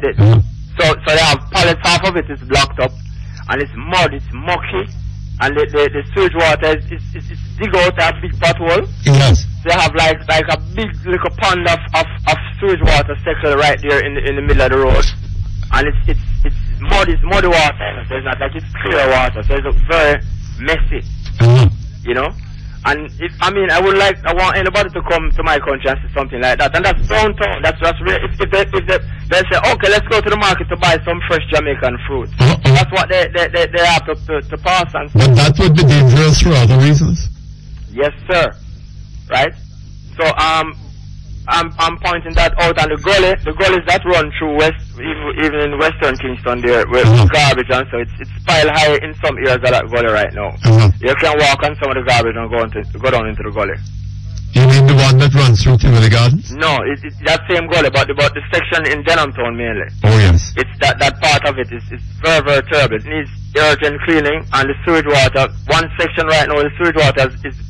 The garbage has blocked the gully so the water that's flowing down is backing up into a little pond at the section of Bird Lane and North Street right now. Yes. That is like a pond of sewage water, like a little lake in the gully itself.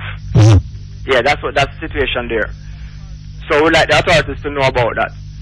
But I'm saying also that the general treatment of the parish council, sir, it's something that needs to be looked into, and the government needs to have more cooperation with them right now. Yes. Turning to the era of I heard yesterday morning on the radio, they're having a discussion about hanging in Jamaica. Yes. And the AJ Nicholson was saying that he and Mr. Chuck, they agreed. They didn't disagree. But listen to what they were saying. I see that's big disagreement, because what the government, what they're not doing, they are holding up the process so that these people cannot appeal in time, and then they are held on death row. The condemned people are held on death row like for more than 5 years, 7, 8, 9, 10 years in some cases. And then when it goes to the final thing now, they say that no, we can't hang them because they have been held. It's inhumane because they have been on death row too long. Right? Now this is the plot. I have been saying all along that I feel the reason why these people are not hanging anybody is because they have their PNP people on death row and they're not hanging them. And as long as this government is in power, they will not hang anybody because they're not hanging any of their people. Right? They protect their people, whether they're criminal or whatever they do, they protect them. That is how the PNP operate. They don't believe in any rule of law and order. And that's why the breakdown in the country. Portia has come now and people are looking up to say, okay, she's going to come with something different. But Portia is just coming like some kind of the same type of warmonger type of attitude. Warmonger? What war is she mongering, sir? Mr. Perkins, she is not somebody who, I mean, what kind of war she's mongering? What kind of war she's mongering? I don't know mongering anymore. Victimization that is taking place, Mr. Perkins. The victimization that is going on, it's a deliberate thing, and she's aware of it.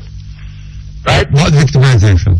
The victimization that's going on within the society, the parish councils that we're just talking about and so forth. Right? She know about it. Right? And now she said that I'm the Prime Minister for all Jamaica, but she's not. This not for the people that get injured down in St. Mary right now. Mr. Pickles, he was on the TV last night saying that they are not talking about compensation for those people right now, right? And the lady. Yes, but he said that was because the people themselves were contemplating action. Yeah, but action, Mr. Perkins, that lady that was just, you heard, need transfer that 2 broken leg right now. And they need $6,000 to pay for her. Yes. What heart they have in them that they don't transfer that woman? Well, and this was a cause of not. Yes, you're absolutely right. They don't transfer the lady and look about her. What kind of wickedness? What kind of wickedness is taking place in our health system, sir? The people can't. I need to point out, Mr. Perkins, to the government and everybody right now.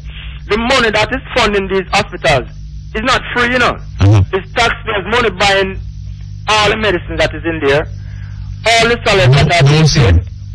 Taxpayers, well, if the tax contribution that people are making is not enough to service the debt that Dr. Davis has created.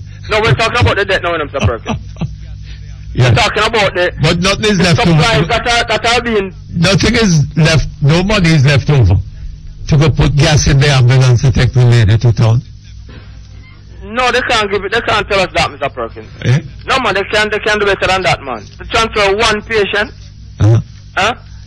Well, I just feel like these people get treated. What they got? They're going to wait till that man that is going to investigate. They're going to investigate before they give the people medical attention. Hold on just a moment. Hey, thank you very much. We're back online. Hello? Yes, sir. Yes.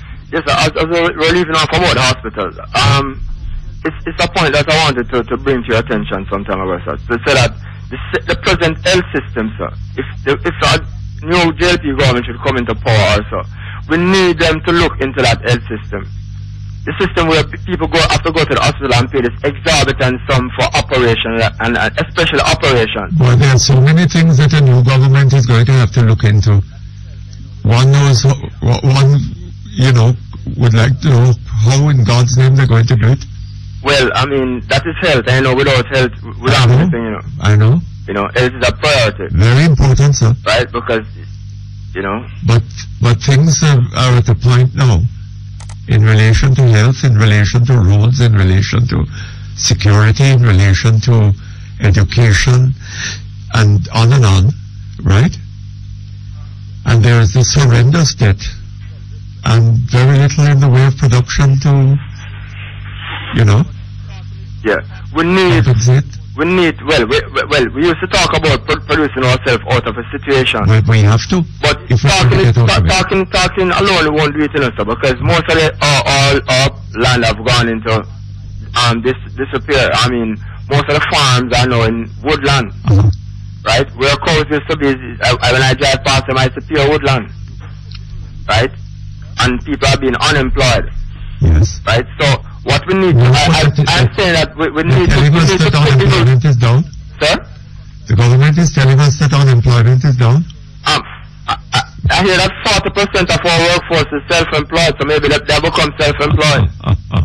That's what I heard them saying over the TV over the weekend. Oh, that's 40% of our, they were talking about some small business thing. And they said 40% of our workforce now is people who are self-employed. Yes, there's a man who's sitting down on the roadside with a little table with a couple of cigarettes on it. We need to get, you remember those youth camps, Cobbler and Chesterfield? Yes. Right, we need to have things like those set up back in the country. Eh? We need to have those things set up back in the country where we can get the youth them out there, train them. Train them to do what? Train them to be technicians, to be farmers. And then when they get training as technicians and farmers, where do you find the jobs for them? They're going to be farmers who went put the land to work, Mr. Perkins. Israel didn't reach where it was. Israel, when the people went back down into Israel, yes. That desert, they went back down there to 1940 something, when they started after the Second World War, Desert. And they realized, I read a book about their history, and it's saying that it is farming is the mainstay of and even the American economy. Is that manufacturing, right? Manufacturing is also a result because what they going manufacture, you have to get the raw materials from the farm. Well, I don't know but farming is not the basis of the American economy, so that's not. Well, but it is a very, very strong thing. There's no economy that can be built without a strong farming base. I don't know that. They cannot keep importing because they can't import so much food, especially in big countries. We're not talking about like a little place like Cayman. We talk about a big country. They can't import so much. That's why we have this problem, because we spend so much foreign exchange importing the food that we should be producing. Right? We're producing things like butter. Right? I mean, sorry. We're importing things like butter. There's an old lady used to show me how to shake butter when you scald the cow's milk. We save the cream in the refrigerator and then we put it in a little ice cream dish and shake it up, drain off the water, and we have the butter settling in the bottom. That's and tip a little salt in it, and it tastes just like the anchor butter. That's how simple butter is to be made. Yes. And instead of us having more cows to produce butter, we're importing milk, butter, cheese, and all those things. Yes, maybe so. Right? So as long as we don't start producing and keep importing, then we're going to have this every foreign exchange bill. There is no economy in the world of which agriculture is the mainstay that is not a poor economy. That is not a poor economy. Yeah. Now you're thinking about the African economies mainly. Well, African, Jamaican, I don't know. I'm not sure whether you would say that agriculture is the mainstay of the Jamaican economy. No, but the mainstay of the principal mainstay of the Jamaican economy is tourism. No man. Bauxite. No man. Remittances. and that's ridiculous because it's a fact, but we know that shouldn't be so. Well, that shouldn't be so, right? And when remittances has become the mainstay of our economy, maybe the second largest foreign exchange earner for the country, they know that we're not really producing. Remittance is the principal foreign exchange earner. Right. So without remittances, I mean, people will be starving. We've been serious. When I go into Western Union, we call it poor people banking. No. When I go into Western Union, it's come like a bank on a busy day. Right? Because that is what keeping the economy going. Yes, absolutely. Absolutely, sir. Because the Jamaican economy is in shambles. And in the meantime, a lot of parish councils have become fed up, from what I realized, and they have resigned. I don't know from whichever side, but a lot of divisions are now without representation. That's right. And, it just goes on and on. And the people in the deep rural areas are hurting for road, water, and that kind of thing. Yes. All right. Thank you very much. Thank you very much. Very good confirmation. Bye-bye. Okay. Hello?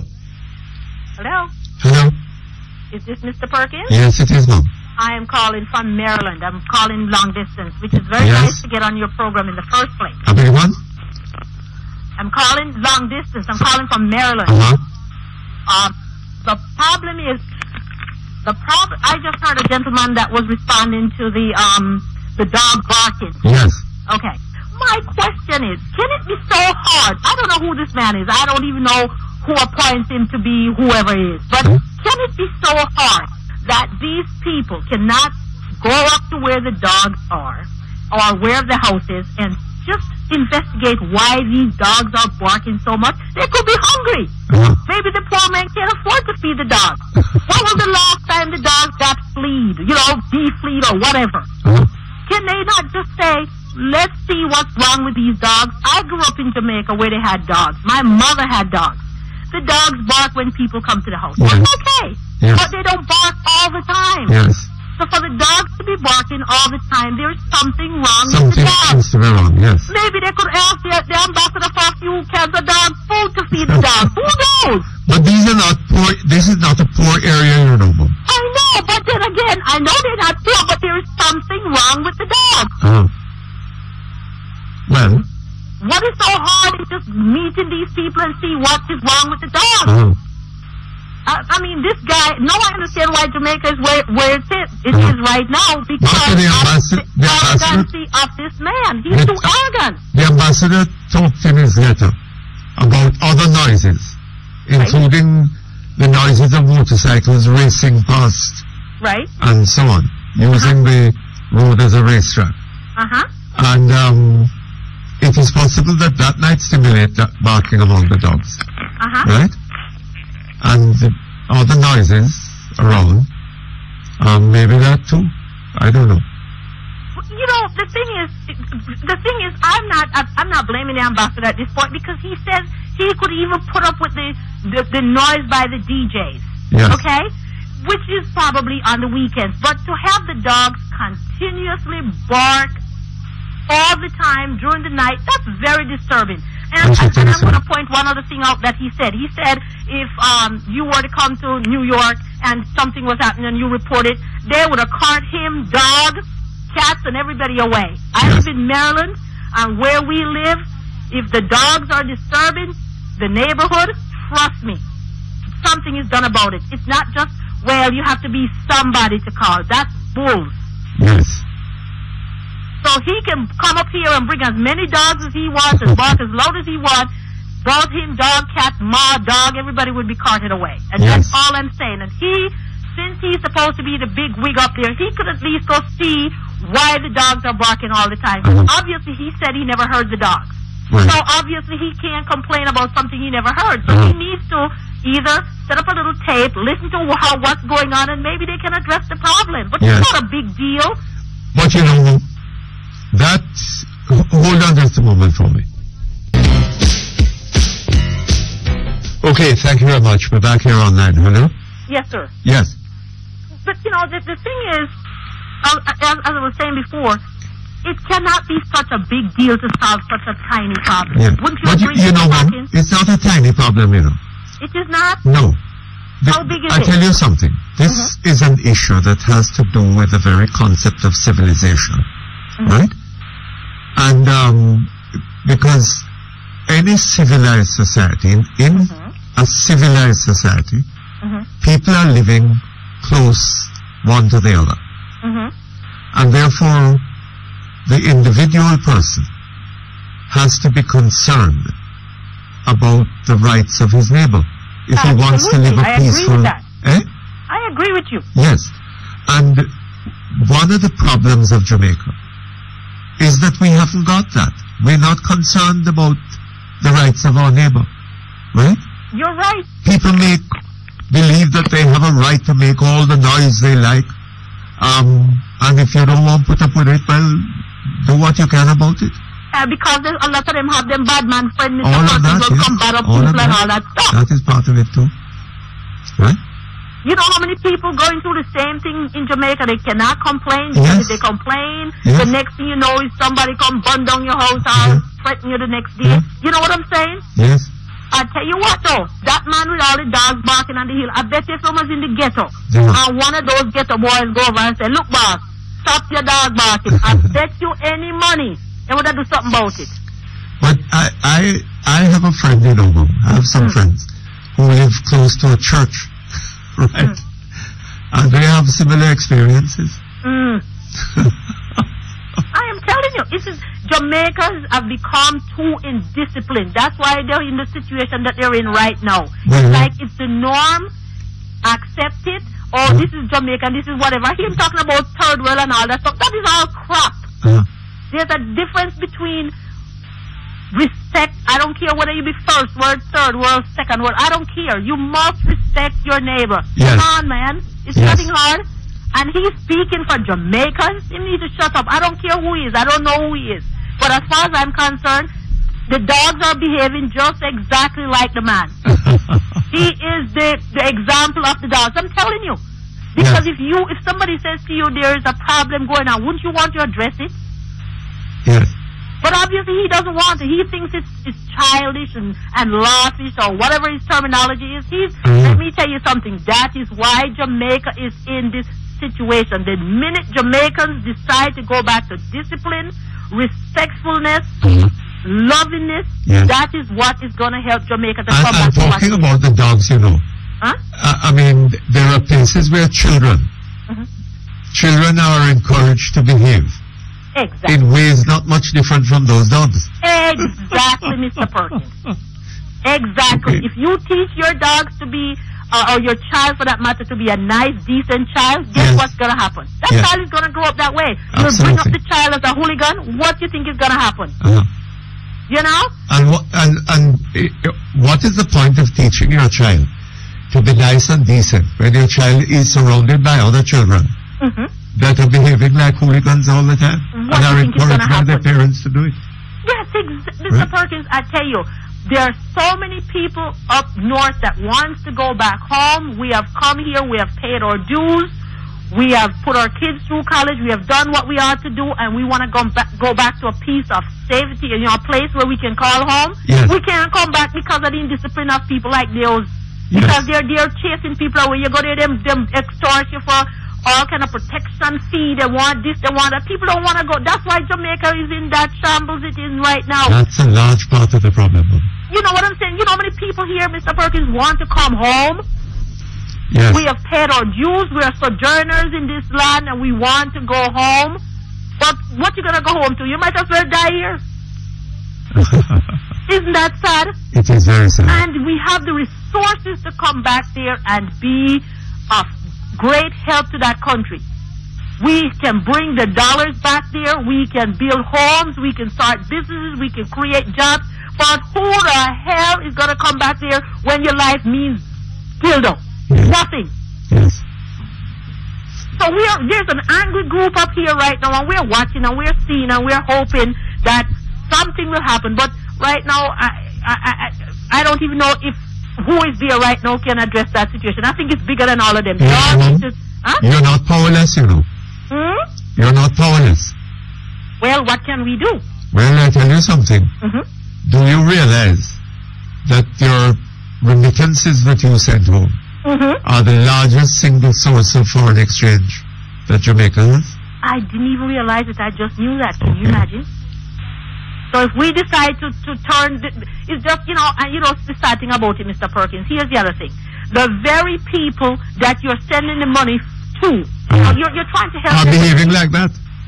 Are behaving like that? Exactly. Yes.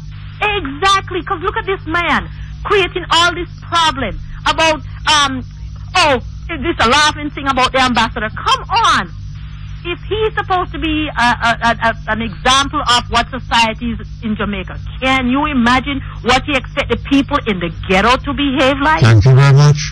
Who appointed him anyways? Who died and made him president?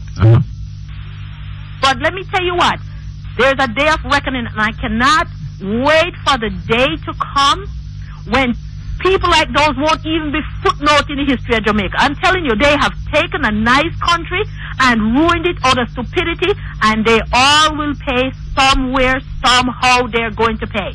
And It might be long, but it won't be forever. And I'm looking forward to that day. All right, Mom. Okay, Mr. Perkins. Thank you very much. Lovely hearing from you. Okay, hello? Hello? Mr. Perkins. Yes, sir. Very good afternoon to you, sir. Good afternoon. I don't think the government should be looking for any sympathy from these teachers at UTEC or even the warders, you know, sir. Because they themselves some time ago took onto themselves 103% salary increase.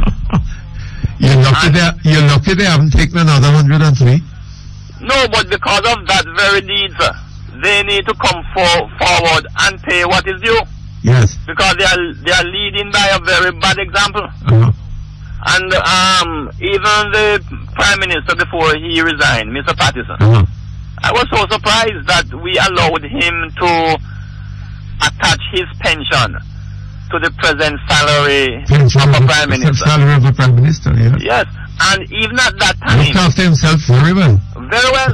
But even at that time, sir, even at that time, the teachers were in salary negotiations. And other unions were negotiating salary increase. And none of them saw it fit to attach a similar aspect to their negotiations. Which leads you to the question, sir.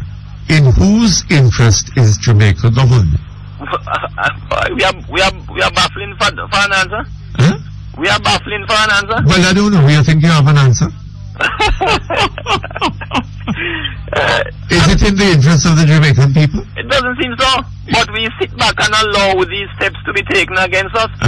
Because the unions should have attached to their claim that their pension should be equal to the salaries when they retire. Absolutely. Yes, and they have allowed the Prime Minister to put this in place. And now they are lagging behind even in 5 years, 4 years for retroactive salary. No, they must come forward and pay. Must come forward and pay. I don't think we need to have any sympathy on this government when it comes to salary, because they have led by a very bad example. My final point here, sir. Yes. A week ago, Friday, I think it was, the headline on the Gleaner said consent age to be increased. Yes. I don't know if you recall that, sir. Yes. What does that mean, sir? Well, they wanted to, it was suggested, as I understood it, by the Commissioner of Corrections, that the age of consent, where a girl could consent to having sexual intercourse, should be increased. What is that now? 16 now. 16? Yes. The proposal was that it be increased to 18. Yes, I thought I gathered from the news today that the Commissioner has backed off it. I see. But even at the apparently, I don't know what the Commissioner of Corrections, I mean, apart from a person making a suggestion, I don't know what officially he would have had to do with that. With that. But my point, sir, even at the age of 16, which it's presently is at now, I was a little surprised on New Year's Day when I saw the Prime Minister embracing this 4-year-old girl who gave birth at the Jubilee. A 4-year-old girl? 14, sorry. 14-year-old girl? Yes, she was amongst the first mothers to have given birth for the year. For the year? Yes, and she was a 14-year-old girl? Yes, sir. if I'm certain, in January 1? Yes. Yes, the Prime Minister was embracing her and giving her gifts because she gave birth to one of the first babies in Jamaica. And Dr. Figueroa is now suggesting that 14-year-olds should be supplied with, if they don't agree to hold back from sexual activity, they should be provided with condoms and things. Yes, but but my point, no, Mr. Perkins, while the Prime Minister was embracing her for giving... Hold on a minute for me. Okay, thank you very much. We're back online. Hello? Hello? Hello? Somebody Hello, Mr. Perkins? Oh, I see. I thought you were gone to sleep. Hi, hello? Hello? Hello? Hello, Mr. Perkins? Yes, speaking. Hi. How are you? Hi, it's Victoria. I'm just calling from New York, just saying hi, and I wanted to comment about that ambassador. Yes. Letting know that it's a serious issue with the dog, and I feel that someone should really go and check out what's going on. Yes. Because, I mean, dogs just barking like that, it really has to do with something really. And it's a serious social issue. And it's not a laughing matter with Mr. Hassan. Yes. You know, I probably think it's one of his dogs is doing the deed too. So. It's a serious social issue in Jamaica, Mom. And it is a tragedy that I think it somebody would have to come from abroad to point in New York. Eh? Yes. Okay. Okay, all the best to you. Thank you.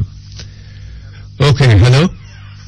Hello? Yes, good afternoon, sir. Afternoon, Mr. Perkins. Yes. How are you today? Not too bad. How are you? Yeah, not too bad. Well, I'm here still sucking the salt through the wooden spoon. You're sucking salt? Yeah. Oh, God. Whole heap of salt. Oh, Lord. Poor you. Poor you. You're on the wrong climb the fence man and go over the other side. Boy, it's not me alone, you know. There's a lot of Jamaicans. Oh, yes? People on the other side sucking salt through the wooden spoon. You mean people on the other side? Yeah. They sucking salt too? Sucking a lot of salt. Oh, my gosh. Oh, Lord. There's just so much that you can do, you know. Because Yes. Omar Davis said, we just don't have the money. Don't have the money? Why we don't have the money? Well, that's squander it. When doing it? Cost overruns. Oh, I see. Cost overruns. Cost overruns. And when the cost overruns, them tell Parliament to go to hell, them busy doing them work, them can't. You have time to come talk to you. Yeah, they don't have time to come talk on the issues. Oh, Lord. Why is just the arrogance and the contempt that they have the Jamaican people? Like, Yes, you know? yes. Yeah, they don't have any respect for the Jamaican people. Uh-huh. And I think the Jamaican people allow them to get That away is with something that should be remembered, you know. Parliament represents the Jamaican people. Yeah. Right? And when somebody can be involved in something like happened here, with public money, and then tell the Parliament that they really don't have the time to come talk to them.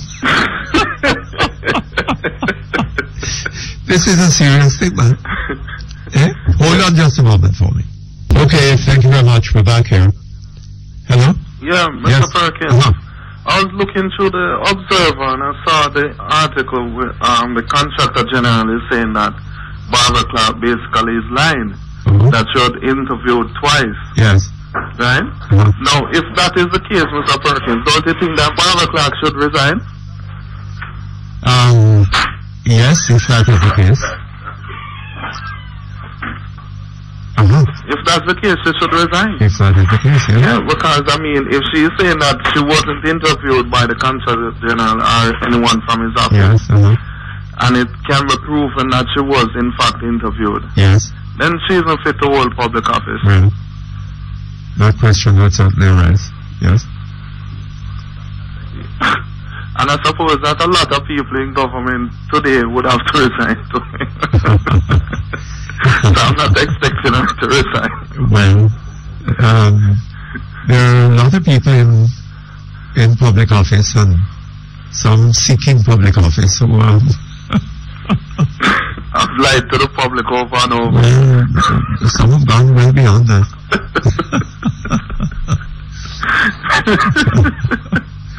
Well, you know, Mr. Perkins, we laugh at these matters, you know, but I mean, it's really serious. You want me to go to Bellevue? I don't think that there's any space at Bellevue because the government is busy selling it off. It's being reserved for the cabinet. Yes. It's lovely lands, you know. Eh? Lovely lands, man. Yeah, but you know, I think that what this government has done to that land is a disgrace, you know. Because it was actually donated for that purpose, right? And they're just taking it and splitting it up and developing it for real estate purpose. And Some mischievous person might want to ask, what has the government done that is not a disgrace?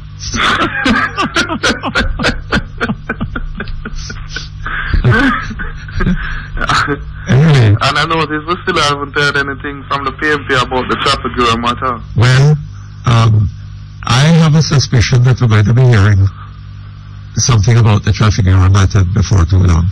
Before too long? Before too long. Because I actually wrote a letter to them, you know, asking them, I took the Prime Minister's advice I wrote a letter to them asking them if the money has been returned. So, but I haven't gotten a response. How long when you wrote?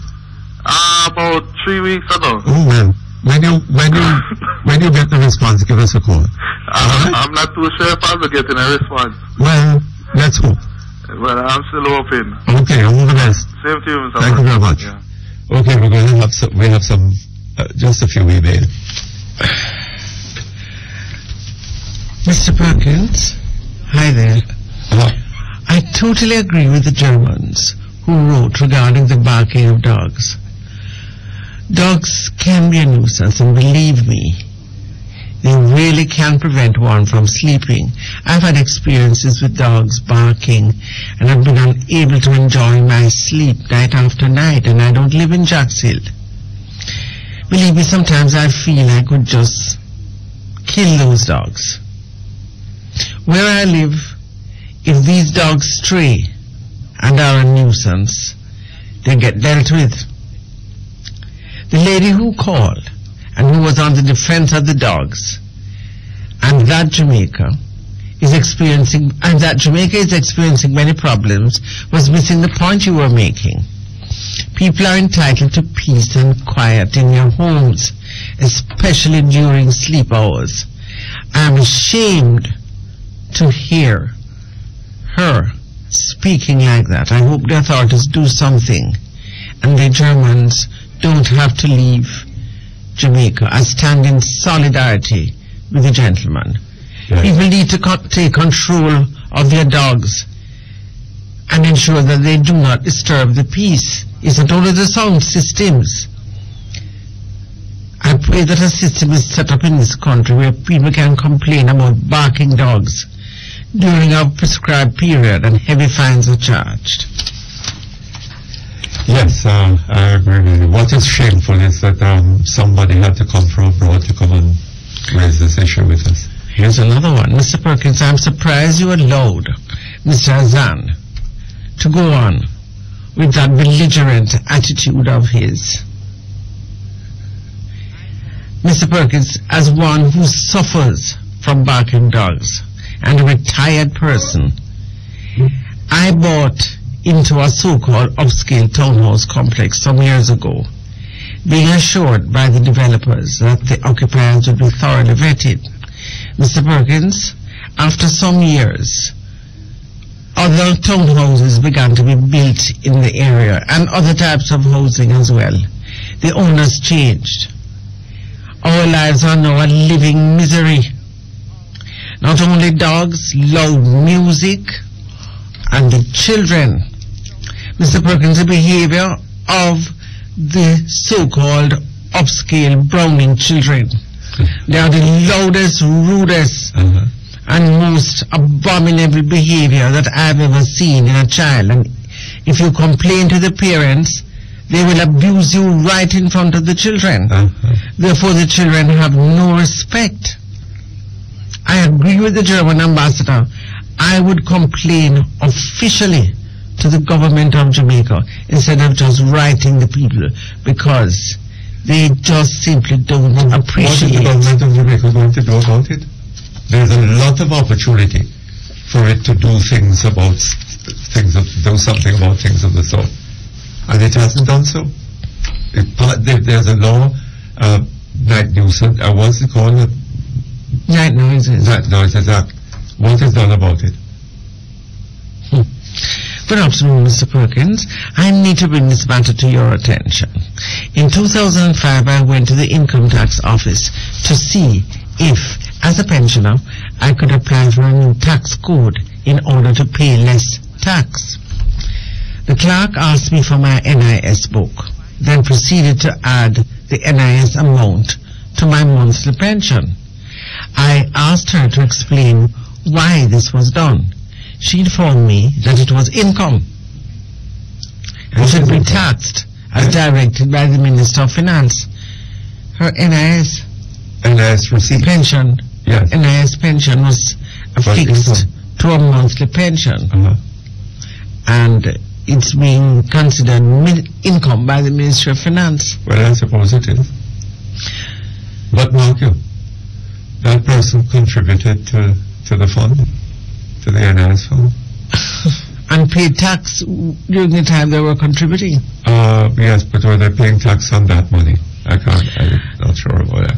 Let me continue. Last November, the government took $1,700 from my pension as back tax. And has been taking $2,000 more from my monthly pension for income tax ever since. Needless to say, I had no Christmas this year.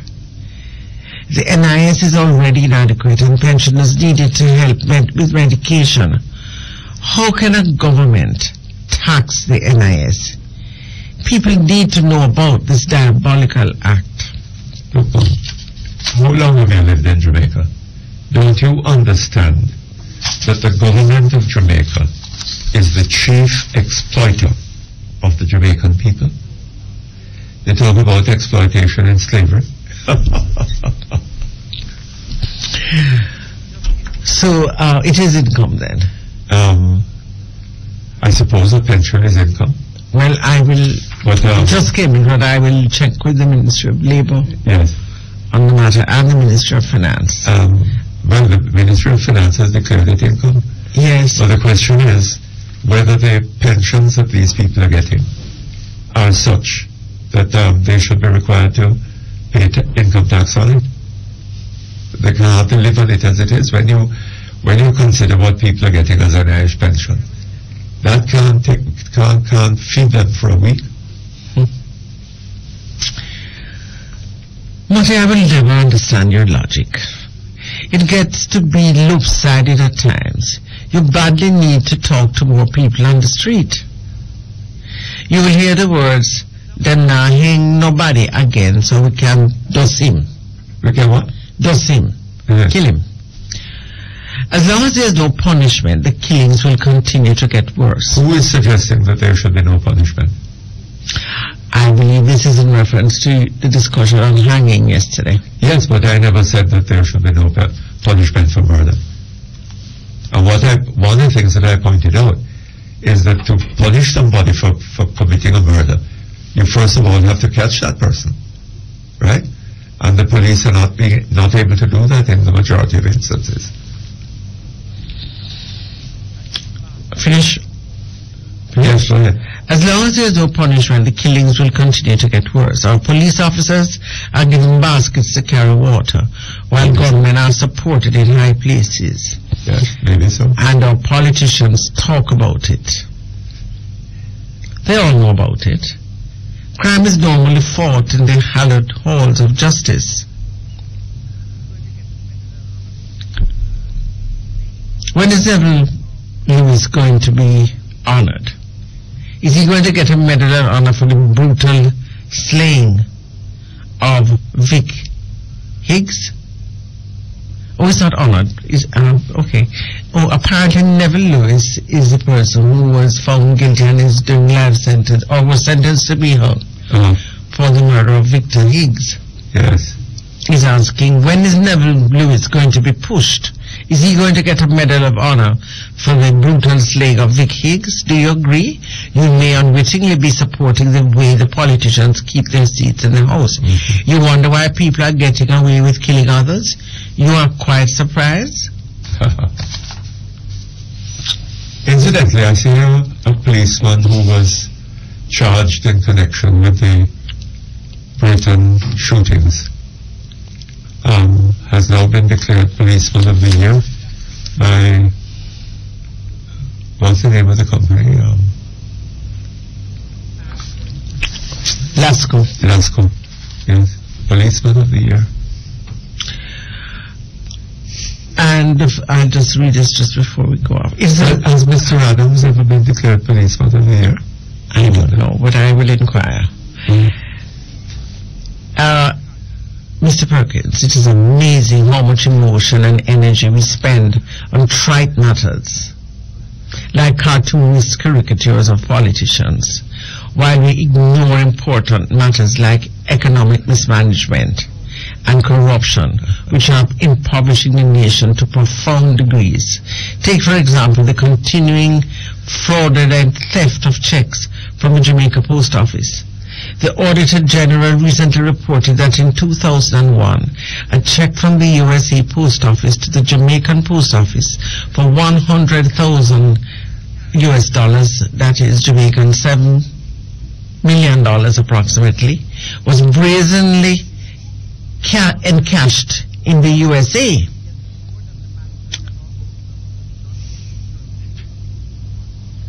Not by the Jamaican Post Office. Yet the board and the management of our post office has not yet determined who stole this money, made any attempt to recover same and bring the guilty party to justice. But they give lame excuses that their lawyers are asked to investigate the matter.